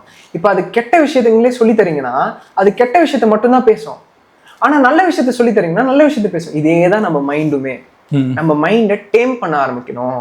அதுக்குதான் என்ன தராரு, மகாமந்திரம். இறைவனோட ஃப்ரீக்வன்சி எடுத்து நமக்கு கொடுக்குறாரு, அதுதான் மகாமந்திரம். ஸோ இந்த மகாமந்திரத்தை நம்ம எப்பவுமே ஸ்கூலுக்கு போறப்ப, எங்க போனாலும், பைக் ஓட்டுறப்ப, காலேஜ் போறப்ப, வேலைக்கு போறப்ப, சாப்பிடுறப்ப, தூங்குறதுக்கு முன்னாடி, ஸோ இந்த மாதிரி விஷயங்களை மகாமந்திரத்தை அந்த லயத்தோட சொல்ல ஆரம்பிக்கணும். அருட்ஜோதி ஐயாலாம் பார்த்தீங்கன்னா அந்த லயத்தோட சொல்லுவாரு, அருட்பெருஞ்சோதி அருட்பெருஞ்சோதி தனி பெரும் கருணை அருட்பெருஞ்சோதி. ஸோ இந்த லயத்தோட நமக்குள்ள ஓட வச்சுட்டிங்கன்னா, இப்போ எப்படி நம்ம சினிமா பாட்டு கேட்குறோம், அது ஆட்டோமேட்டிக்காக நம்ம மைண்டுக்குள்ள ஓடும். அந்த மாதிரி மகாமந்திரம் உங்களுக்குள்ள ஓட ஆரம்பிச்சிரும். அடுத்து நாதம் கேட்கும், உங்களுக்குள்ளேயே மகாமந்திரம் ஓடுறது நீங்க கேட்க ஆரம்பிப்பீங்க.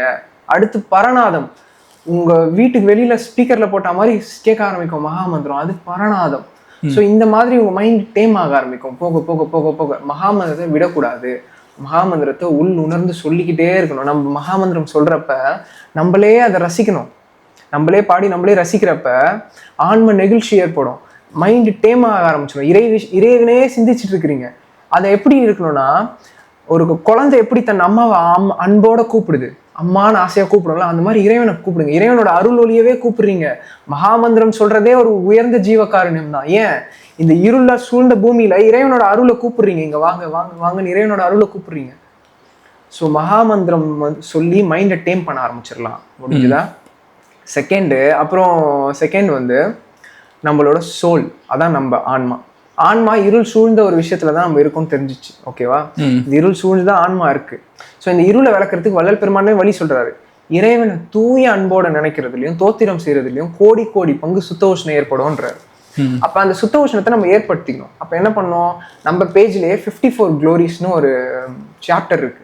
க்ளோரிஸ்னா என்னன்னா தோத்திரம் தான் இங்கிலீஷ்ல க்ளோரிஸ். அதை ChatGPTல போட்டு நீங்க தமிழாக்கம் பண்ணிக்கலாம். அதை வந்து தினந்தோறும் படிக்க ஆரம்பிங்க. அண்ட் இறைவன் அன்போடு நேசிக்க ஆரம்பிங்க.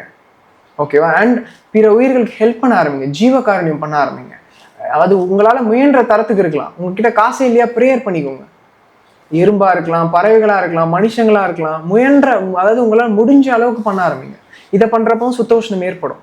இதை பண்ண ஆன்மாவோட திரைகள் கொஞ்சம் கொஞ்சமா விலக ஆரம்பிக்கும். இதுக்கு என்ன ப்ரூஃப்னா, நான் ஒரு கறிக்கடையில போய் ஆடு வெட்டப்படும், அந்த என் கண்ணால பார்த்து அந்த கறியை வாங்கிட்டு போய் என் வீட்டுல சமைச்சிருக்கிறோம். அப்ப எனக்கு கருணையெல்லாம் ஏற்படலை. ஆனா இப்ப ஒரு செடியை என் கண் முன்னாடி பிடுங்குறாங்கன்னா எனக்கு வலிக்குது. இது கேட்க ஃபன்னியா தான் இருக்கும், ஆனா எனக்கு செடி என் கண் முன்னாடி பிடுங்குறாங்கன்னா எனக்கு வலிக்குது. ஒரு எறும்பு எங்கேயா போகுதுன்னா ஐயோ பார்த்து, எந்த உயிருக்கும் நம்மளால எதுவும் ஆயிடக்கூடாதுன்னு பார்த்து நடக்கிறேன், பதறுது நடக்கும் போதே. அப்ப இந்த மாதிரி கருணை ஏற்படுதுன்னா ஏன்? அப்ப திரைகள் மூடிட்டு இருந்திருக்குது, என்னை சுத்தி இருள் இருந்திருக்குது, இப்ப இருள் விலகுது. அப்ப ஆன்மாவோட இருள் கொஞ்சம் கொஞ்சமா விலக விலக இறைவன் யாருன்றது புரிய ஆரம்பிச்சிருவீங்க. உள்ள இருந்து உங்களையே உணர்த்த ஆரம்பிச்சிருவாரு. அடுத்து பாடி என்ன பண்றாரு, வள்ளல் பெருமான் சுத்த தேகம், பிரணவ தேகம், ஞான தேகம், அப்புறம் அமுத வடிவம். அந்த மாதிரி நம்ம என்ன பண்றோம், அசுத்த உடம்புல இருக்கோம். வள்ளல் பெருமான் அசுத்த உடம்புல இருந்தா சுத்த தேகத்துக்கு போறாரு.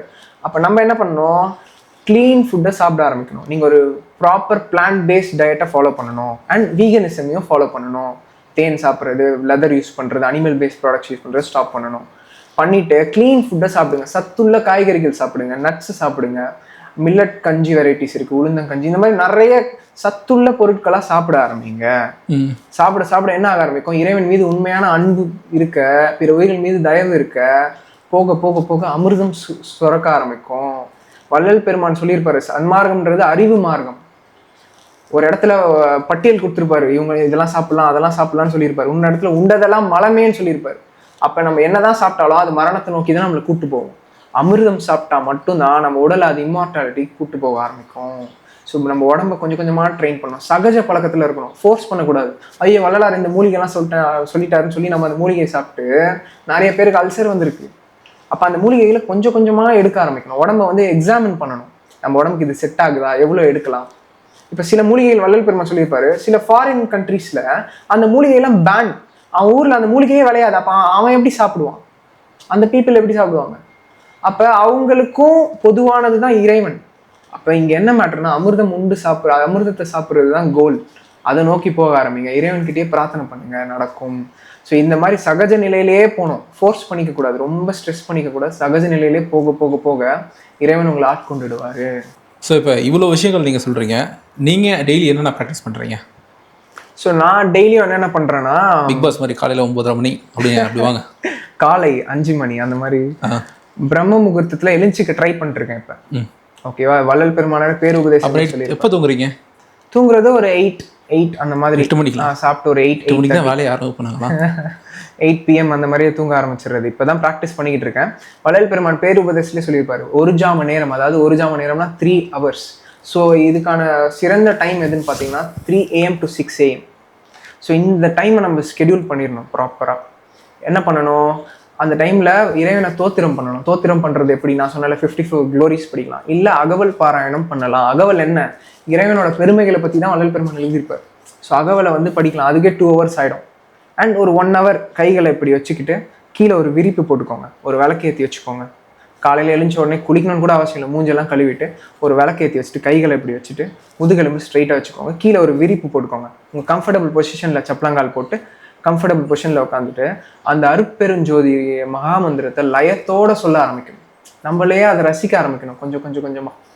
இப்போ அருட்ஜோதி ஐயாவோட வீடியோஸ்லாம் யூடியூப்ல இருக்குது, அந்த மகாமந்திரம் சொல்கிறதுலாம்.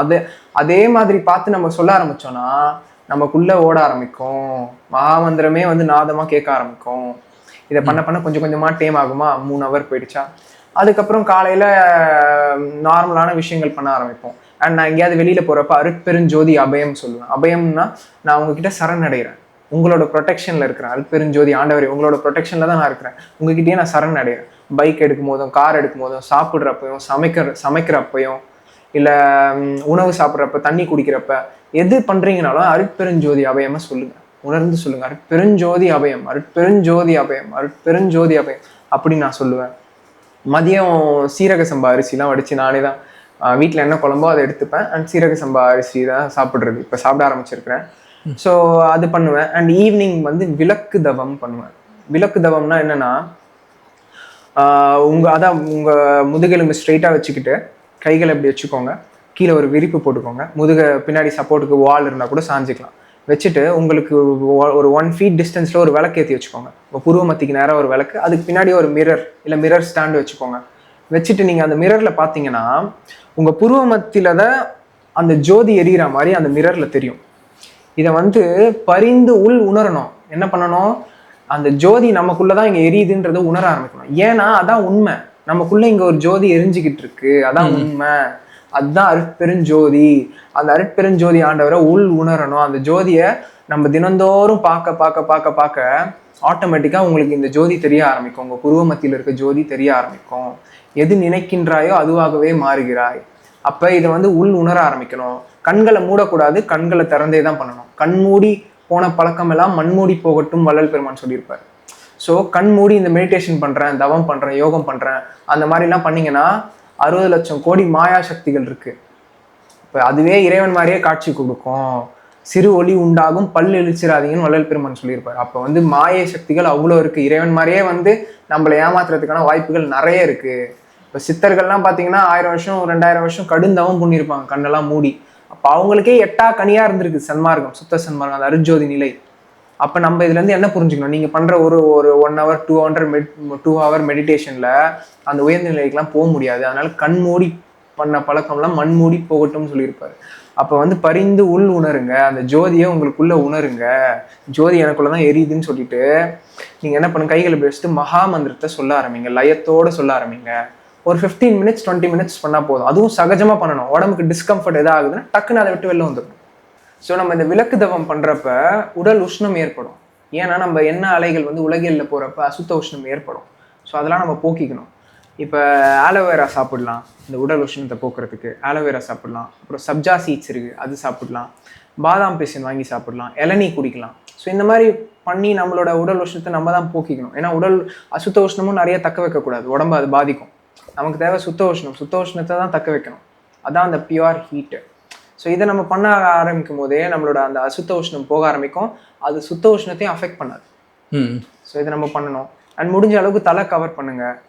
கை காலில் சாக், அதாவது தலை கவர் பண்ணிக்கோங்க. அண்ட் முடிஞ்ச அளவுக்கு ஒயிட் போட ஆரம்பிங்க. ஃபுல் ஹேண்ட் மாதிரி போட ஆரம்பிங்க. ஒயிட்லேயே வேர் பண்ண ஆரம்பிங்க முடிஞ்சா. அதுவும் ஒன்றும் ரெஸ்ட்ரிக்ஷன்ஸ்லாம் எதுவும் இல்லை. இதை பண்ண ஆரம்பிங்க. ஸோ இதை வந்து நம்ம பண்ண ஆரம்பிக்கணும். நான் இதை பண்ண ஆரம்பிப்பேன்.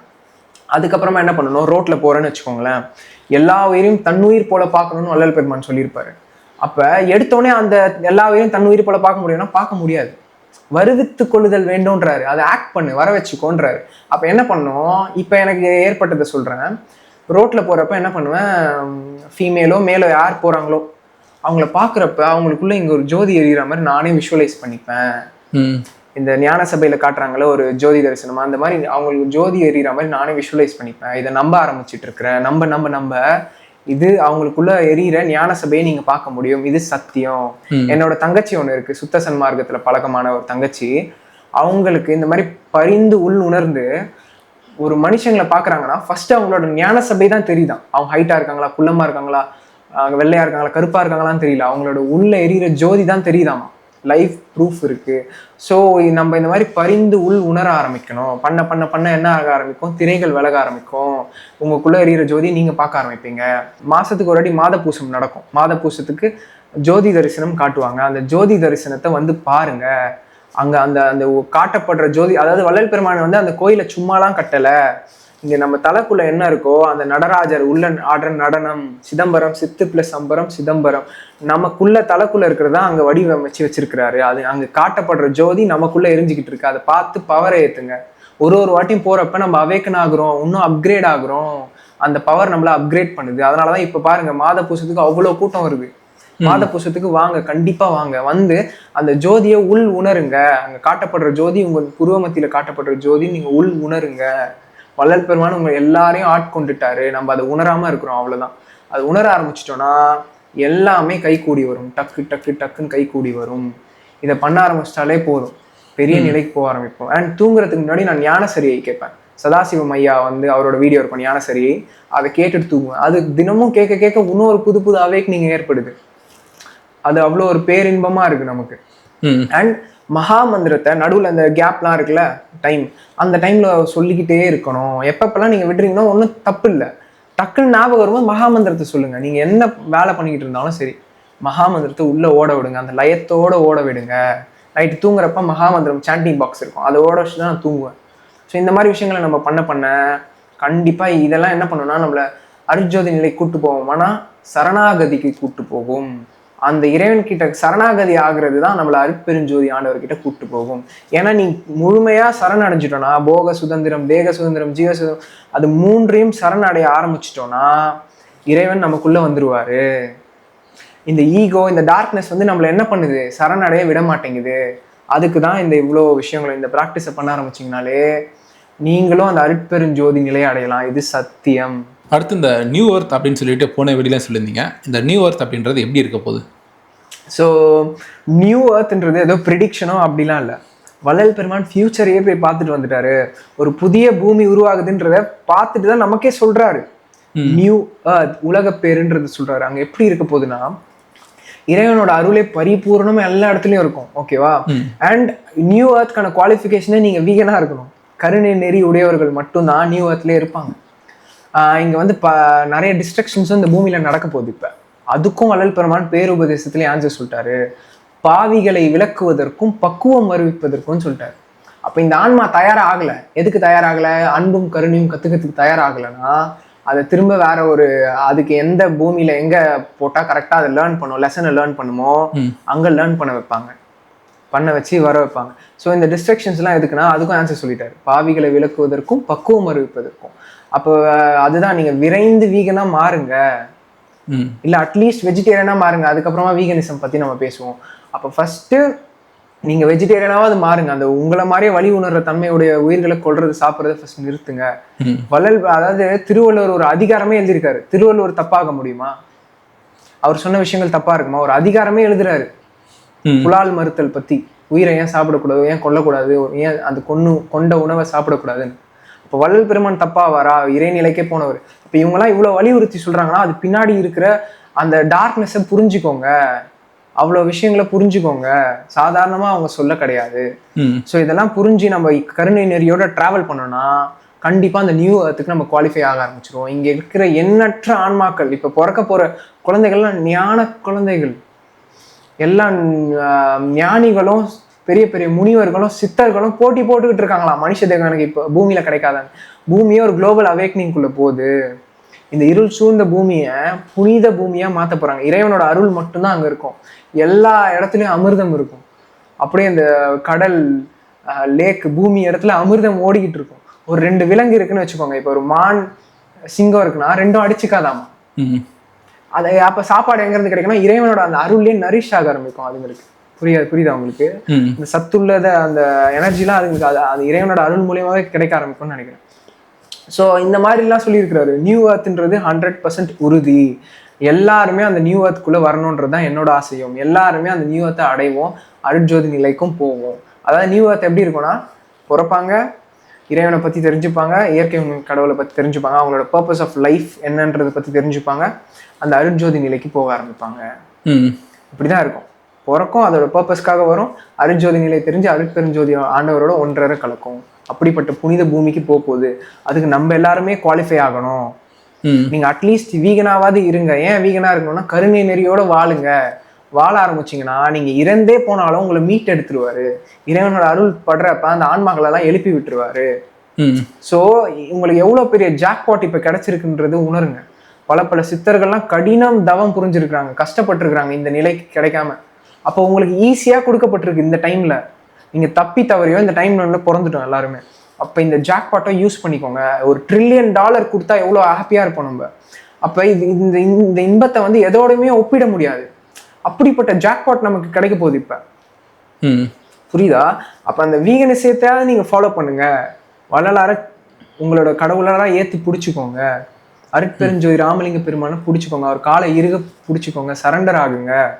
அவர் பார்த்துப்பாரு உங்களை, அவர் பார்த்துப்பாரு. ஏன்னா இதுதான் நம்மளோட பர்பஸ். திரும்ப நீங்க வந்து எண்ணற்ற இந்த ஒரு பிறவி போயிடுச்சுன்னா, இப்பிறவி தப்பினால் எப்பிறவியோன்றாங்க. அப்போ இது போயிடுச்சுன்னா இன்னும் எவ்வளவு ட்ரில்லியன்ஸ் ஆஃப் பர்த் நம்ம எடுக்கணும்னு யோசிச்சு பாருங்க. நீங்க பண்ண ஒரு பாவத்தையும் கழிச்சு அடிபட்டு வேதனைப்பட்டு திரும்ப வரணும். டைம் வந்து லிமிட்லெஸ் போயிட்டே இருக்கும்.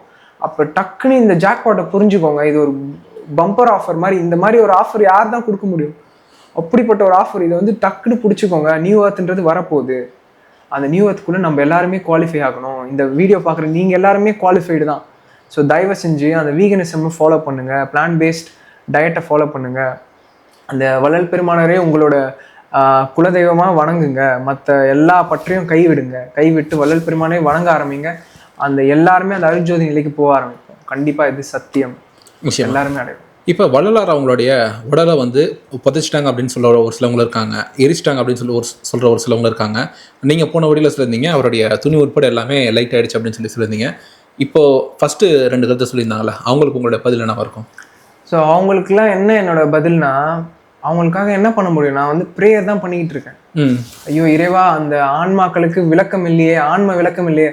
அருட்ஜோதி ஆணேன் என்று அரையப்பா முரசு, அருளாட்சி பெற்றேன் என்று அரையப்பா முரசுன்றாரு. அப்ப அருட்ஜோதி நிலைக்கு நான் போயிட்டேன். அந்த அகவல்லாம் எழுதி வைக்கிறாரு, லைன்ஸ் எல்லாம் இறைவனை பத்தி. அவரோட அந்த ஞானத்தை படிச்சாலே அவங்களுக்கு தெரிஞ்சிடும் அவர் அருட்ஜோதி நிலைக்கு போயிருப்பாரா. அவரெல்லாம் எரிக்க முடியுமா? உடம்பே லைட்டா மாறிடுச்சு. ஒரு வாட்டி சீடர்கள் எல்லாம் நடந்து போறாங்களாம், மழை பெய்தாமா. அப்போ வள்ளல் பெருமான் வந்து அந்த ஒயிட் ட்ரெஸ்ல அந்த தண்ணி பட்டு எவாப்ரேட் ஆகுதாமா அந்த சுத்த உஷ்ணத்துல. அப்ப பாருங்க, அவர் உடம்பு ஆல்ரெடி லைட்டா மாறிடுச்சு. போட்டோ எடுத்தா கேப்சர் பண்ண முடியல. அப்ப லைட்டா மாறினவரை எப்படி திரும்ப நீங்க எரிப்பீங்க? இதெல்லாம் சிந்திக்கணும்ல. இப்ப ஆறுமுக நாவலர்லாம் பாத்தீங்கன்னா வள்ளல் பெருமானார் கோர்ட்ல எடுத்துட்டு போய் நிறுத்தி எல்லாரும் வணங்க ஆரம்பிச்சிட்டாங்க வள்ளல் பெருமானார். அவருக்கே தெரியல ஏன் எழுச்சி வணங்கினு. அவரோட கடைசி காலங்கள்லாம் பாத்தீங்கன்னா அவ்வளவு நோய்வாய்ப்பட்டு அவர் இறந்தார். ஏன்? கடவுள் தண்டிச்சிருப்பாரா அவங்களா? கடவுள்லாம் தண்டிக்க மாட்டாருங்க. அவர் தனி பெரும் கருணையாளர். கடவுள் தண்டிப்பதில்லை. ஆனா நல்லோர் மனதை நடுங்க செய்தேனோன்னு வள்ளல் பெருமான் சொல்லியிருப்பாரு. ஒரு நல்லவங்களோட மனசை நான் நடுங்க செஞ்சிருக்கேனா, ஆனா அதுவே பாவம், பெரிய பாவம். அப்ப சுத்த சன்மார்க்கம்ன்றது உண்மை மார்க்கம். அந்த மார்க்கத்துக்கு களங்கம் ஏற்படுத்துற மாதிரி விஷயங்களை நீங்க பண்ணிட்டு இருக்கீங்கன்னா தயவு செஞ்சு சொல்றேன், அதை கைவிட்டுருங்க. ஏன்னா அது உங்களுக்கு பெரும் துன்பத்தை கொடுக்கும். உங்க ஆன்மாவை இருள்ல தள்ளிரும். பெரிய பாவங்கள் வந்து சேரும் உங்களை. அப்போ இவங்களுக்காக நான் பிரார்த்தனை தான் பண்ணிக்கணும், இறைவா இந்த ஆன்மாக்களுக்கும் ஆன்ம விளக்கம் ஏற்படட்டும், இவங்களும் அந்த நல்ல நிலையை அடையட்டும், இவங்களுக்கு அந்த அந்த நான் வரப்போற பாவம் கம்மியா இருக்கட்டும் தான் ப்ரே பண்ணிக்கணும். வேற என்ன பண்றது? அந்த உண்மை அறிவு இல்லாம அவங்க சொல்லிக்கிட்டு இருக்கிறாங்கன்னும் போது நம்ம என்ன பண்ண முடியும்? அவங்களும் இறைவனோட குழந்தைகள் தானே. இறைவன் வந்து அவங்களுமே அந்த அருட்ஜோதி நிலைக்கு போகணும்னு தானே ஆசைப்படுவாரு. ஸோ அதை உணர்ந்து அவங்களுமே மாறி வள்ளலார் என்னதான் சொல்லியிருக்கிறாருன்னு கொஞ்சம் உணர ஆரம்பிங்க, உணர ஆரம்பிங்க, எல்லாமே உங்களுக்கு புரிய வரும். அருட்பெருஞ்சோதி ஆண்டவர் நம்மளை வந்து தனி பெரும் கருணையாளர், நம்மள வந்து அவ்வளவு பெரிய கருணை கூட்டு போயிடுவார். அந்த மரணமில்லா பேரின்ப வாழ்வு எல்லா ஆன்மாக்களும் அடைய போகுது, இது உறுதி சத்தியம். இப்ப எனக்குமே பாத்தீங்கன்னா இதுதான் கடைசி பிறவி, நானும் அந்த மரணமில்லா பேரின்ப வாழ்வுக்கு போவேன். ஏன்? என் அம்மா மீது எனக்கு அவ்வளவு பெரிய நம்பிக்கை. என் தாய் யாரு? அருட்பெருஞ்சோதி ஆண்டவர் தான். ஈன்ற நற்றாயினும் இனிய பெருந்தயவு ஆன்ற சிற்சபையில் அருட்பெருஞ்சோதின்றார். அப்ப பெத்த தாயை விட கோடி கோடி பங்கு பெருந்தயவான் அருட்பெருஞ்சோதி ஆண்டவர். அப்ப நம்மள வந்து ஒரு செகண்ட் கூட பிரிய மாட்டாராமா. அவருக்கு என்ன ஆசையா? அவ்வளோ பெரிய போகத்துல ஜாலியா இருந்துட்டு போகலாம். இங்க சாக்கடையில ஒரு புழு இருக்குன்னு வச்சுக்கோங்க, அந்த புழுக்குள்ள இருக்கிறதும் இறைவன் தான். அவருக்கு அங்க இருக்கணும்னு ஆசையா? ஏன்னா தனி பெரும் கருணை, நம்ம எல்லாரையும் அவரோட குழந்தைகளா பாக்குறாரு. நம்மளோட அவரை வந்து எப்படி சொல்றது, ஒரு குழந்தைக்கு ஏதாவது தப்பு பண்ணா நம்ம கண்டிக்க நினைப்போமா? நினைக்க மாட்டோம். அதே மாதிரிதான் அவர் நம்ம என்னதான் தப்பு பண்ணாலும் பொறுத்துக்கிறாரு. அருட்பெருஞ்சோதி ஆண்டவரை ஃபர்ஸ்ட் உணருங்க. இப்ப எல்லாரும் சொல்றது என்னன்னா, ஆண்டவர் எனக்கு இவ்வளவு கஷ்டத்தை தராரு, இவ்வளவு கொடுமை நடந்துகிட்டு இருக்கு, இவ்வளவு துன்பம் தரா. கடவுள் துன்பம் தரவர் இல்லைங்க. கடவுள் மட்டும் இல்லைன்னா, அருட்பெருஞ்சோதி ஆண்டவர் மட்டும் இல்லைன்னா என்ன தெரியுமா இருக்கும்? நான் சொல்லட்டுமா? இப்ப உங்களை லைவா எண்ணெய் சட்டியில போட்டு வறுத்தா எவ்வளவு ஒரு வலி இருக்கும் உங்களுக்கு. அதை விட ட்ரில்லியன் டைம்ஸ் வலி வேதனையில அந்த கேவல நிலையில நம்ம இருந்திருக்கிறோம். இருள் சுத்தி இருள், என்ன நடக்குதுன்னே தெரியல, ஆனா வலி வேதனை மட்டும் இருக்குது. அந்த வலி வேதனையில இருந்து நம்மளை மீட் எடுத்துதான் அந்த மாயையை கிரியேட் பண்றாரு. அந்த வலியை போக்கணுன்றதுக்கு தான் மாயையே கிரியேட் பண்ணி வச்சிருக்கிறாரு.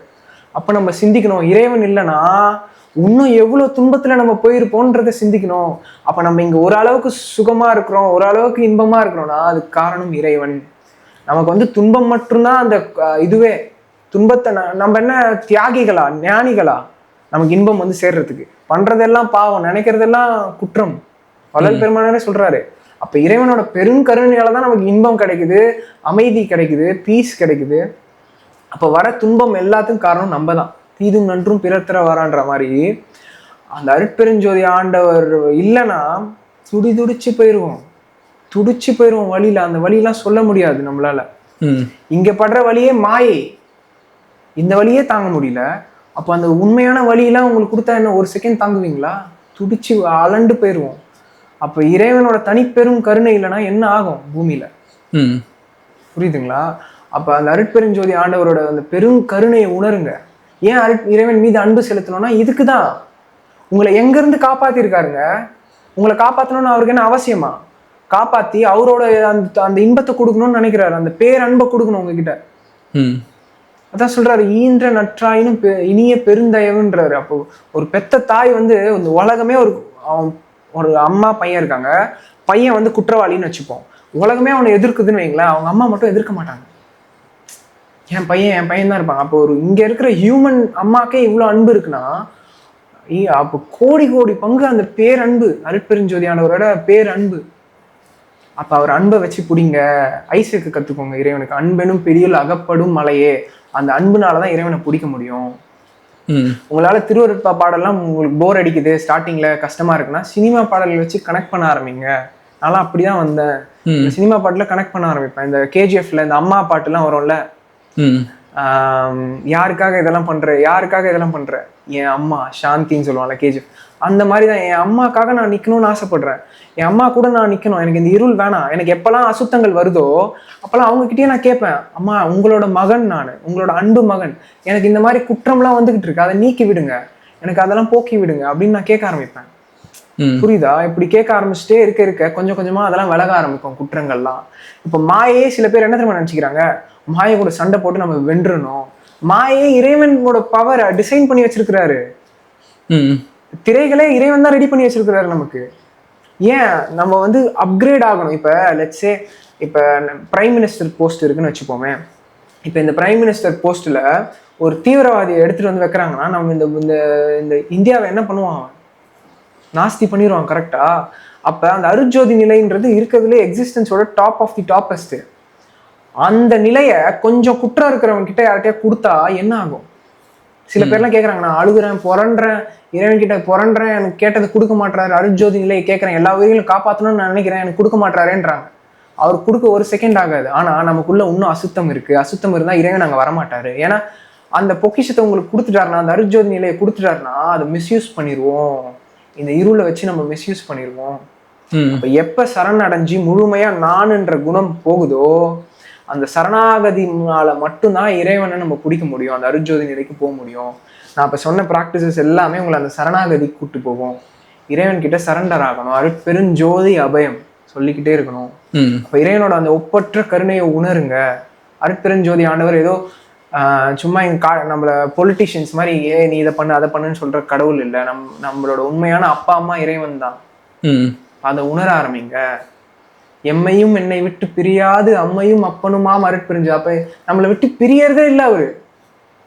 நம்ம அழுவும் போது நம்ம கூட சேர்ந்து ஃபீல் பண்ணிட்டு இருக்கிறாரு. நம்ம ஹாப்பியா இருக்கும்போது அவரு சந்தோஷப்படுறாரு.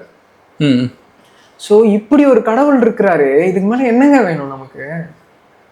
இப்படிப்பட்ட கடவுளை நிராகரிக்க முடியுமா?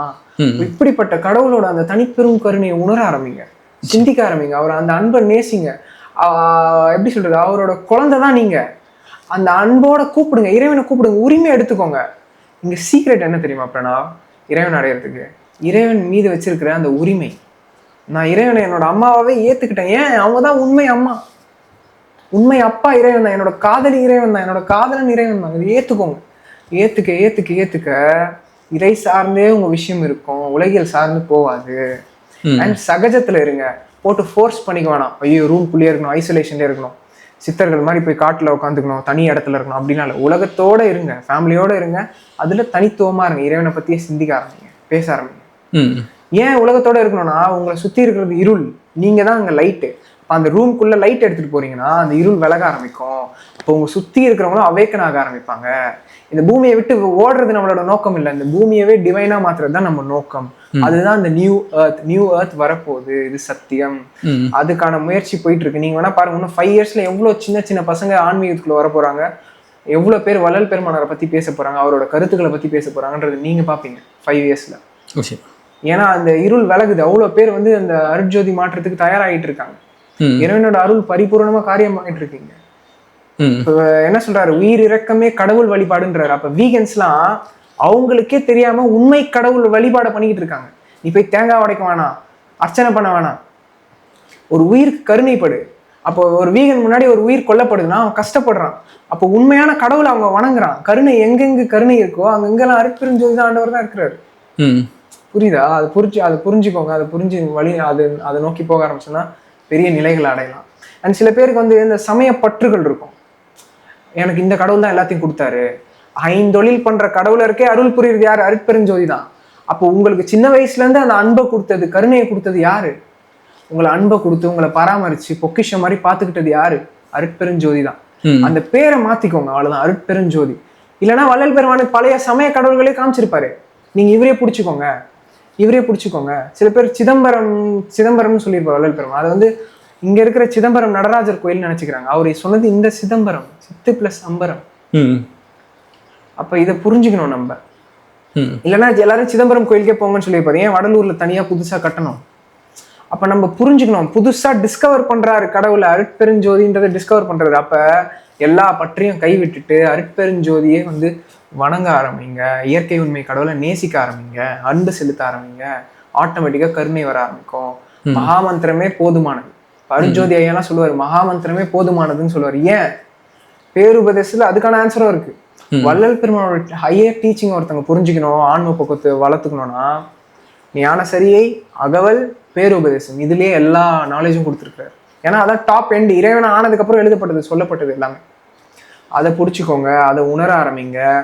அண்ட் பேருபதேசத்துல என்ன சொல்லியிருப்பாரு, நமது சாதனம் கருணை ஆதலால் முதற் சாதனமே அருட்பெருஞ்சோதி மகாமந்திரம் தான் சொல்லியிருப்பாரு. அப்ப நமக்கு சாதனமே மகாமந்திரம். அந்த லயத்தோட உள் உணர ஆரம்பிச்சோன்னா, பியூரிஃபை ஆக ஆரம்பிச்சோன்னா எல்லாமே நடக்கும். பேரின்பத்தை அடையலாம். இது சத்தியம். எல்லாருமே அந்த பேரின்பத்தை அடையணுன்றது தான் என்னோட விருப்பமும் அருட்பெருஞ்சோதி ஆண்டவரோட விருப்பமும். ஏன்? இங்க இருக்கிறவங்க எல்லாருமே என்னோட சொந்தக்காரங்க. நீங்கள் யார்? பிரணாவும் நானும் ஒன்று. என்னோட சொந்தக்காரன் தான் நீ, என்னோட பிரதர். எல்லாம் என் அம்மா, என் அப்பா. அங்கங்கன்னு எதையோ நோக்கி ஓடிக்கிட்டு இருக்காங்க. கொஞ்சம் யோசிங்க. டாக்டர் ஆகணும், எனக்கு எம்பிபிஎஸ் ஆகணும், எல்லாம் ஓகே தான். இன்ஜினியர் ஆகணும். கொஞ்சம் அதுலேருந்து யோசிக்க ஆரம்பிங்க. இதுதான் நம்மளோட ரியல் பர்பஸா? காசு சம்பாதிக்கிறது தான் நம்மளோட ரியல் பர்பஸா? காசுன்றது ஒன்றத்தை கிரியேட் பண்ணி தான் நம்மளை ஓட வச்சுட்டு இருக்காங்க. காசு வேணும் தான், அதுக்கு ஓடுங்க. சைடில் யோசிங்க, நம்ம யாரு? இந்த எக்ஸிஸ்டன்ஸில் சின்னது பூமி, அப்போ இதை தாண்டி என்ன இருக்குது? இறைவன் சொல்கிறாங்களே, அப்போ யாரு? ஏன் இங்கே இவ்வளோ குற்றங்கள் நடக்குது? இப்போ ஏன் இவ்வளோ பிரச்சனைகள் வருது? நமக்கு ஏன் இவ்வளோ பாடி கொடுக்கப்பட்டது? நமக்குள்ளே ஆன்மான்றங்களே அது என்ன அப்படின்றது உங்களுக்குள்ளேயே கேட்க ஆரம்பிங்க. இந்த ப்ராக்டிசஸ் பண்ணி கேட்க ஆரம்பிச்சிங்கன்னா உங்களுக்குள்ளேருந்தே ஆன்சர்ஸ் வர ஆரம்பிக்கும். எனக்கு சொல்கிறாருன்னா அப்போ நீங்கள் எல்லாருமே குவாலிஃபைட். எல்லாருக்குமே உணர்த்தப்படும். வள்ளல் பெருமானாருக்கு நீங்க தனி இவங்க தனிலாம் அவர் செப்பரேட் பண்ணி பார்க்க மாட்டாரு. எல்லாருக்கும் ஒண்ணுதான். அதான் ஆன்மனேய ஒருமைப்பாடு. அப்ப எல்லா உயிர்களையும் தன்னுயிரா பார்க்க ஆரம்பிங்க, நினைக்க ஆரம்பிங்க. ஃபர்ஸ்ட் எல்லாரையும் ஜோதியா பாருங்க. அதான் உண்மை. எல்லாருக்குள்ளேயும் எங்க ஒரு ஜோதி பிரகாசிக்குதுன்னு பார்க்க ஆரம்பிங்க. அதுவே உண்மையா மாறும். அவங்களோட ஞான சபையை நீங்க பார்க்க ஆரம்பிப்பீங்க. ஞான சபையை என்னுள் கண்டனன்ற நமக்குள்ள இருக்குது. இப்ப எல்லாருக்குள்ளேயும் ஞான சபை இருக்கு. இதை பார்த்து பரிந்து உள் உணரணும். இதுவே போதுமானது. உங்களை அருட்ஜோதி நிலை கூட்டு போயிடும். நிச்சயமா விஷயம். இன்னைக்கு எங்களோட நினைச்சு இந்த பார்ட் வீடியோவில் நிறைய விஷயங்கள் ஒரு பேசுனீங்க. கண்டிப்பாக உங்கள் ஆடியன்ஸ் ஹாப்பியாக இருப்பாங்கன்னு நினைக்கிறேன். இன்னொரு வீடியோவில் சந்திப்போம். நன்றி. கண்டிப்பாக. அருட்பெரும் ஜோதி அபயம். எல்லா உயிர்களும் இன்புற்று வாழ்க. எல்லாரும் அந்த அருட்ஜோதி நிலைக்கு போய் எல்லாரும் அந்த பேரின்பத்தை அடையணும். அதுதான் இறைவனோட ஆசையும் எல்லாரோட ஆசையும். எல்லாருமே அந்த அருட்பெருஞ்சோதி நிலைக்கு போகணும். அருட்பெருஞ்சோதி அபயம்.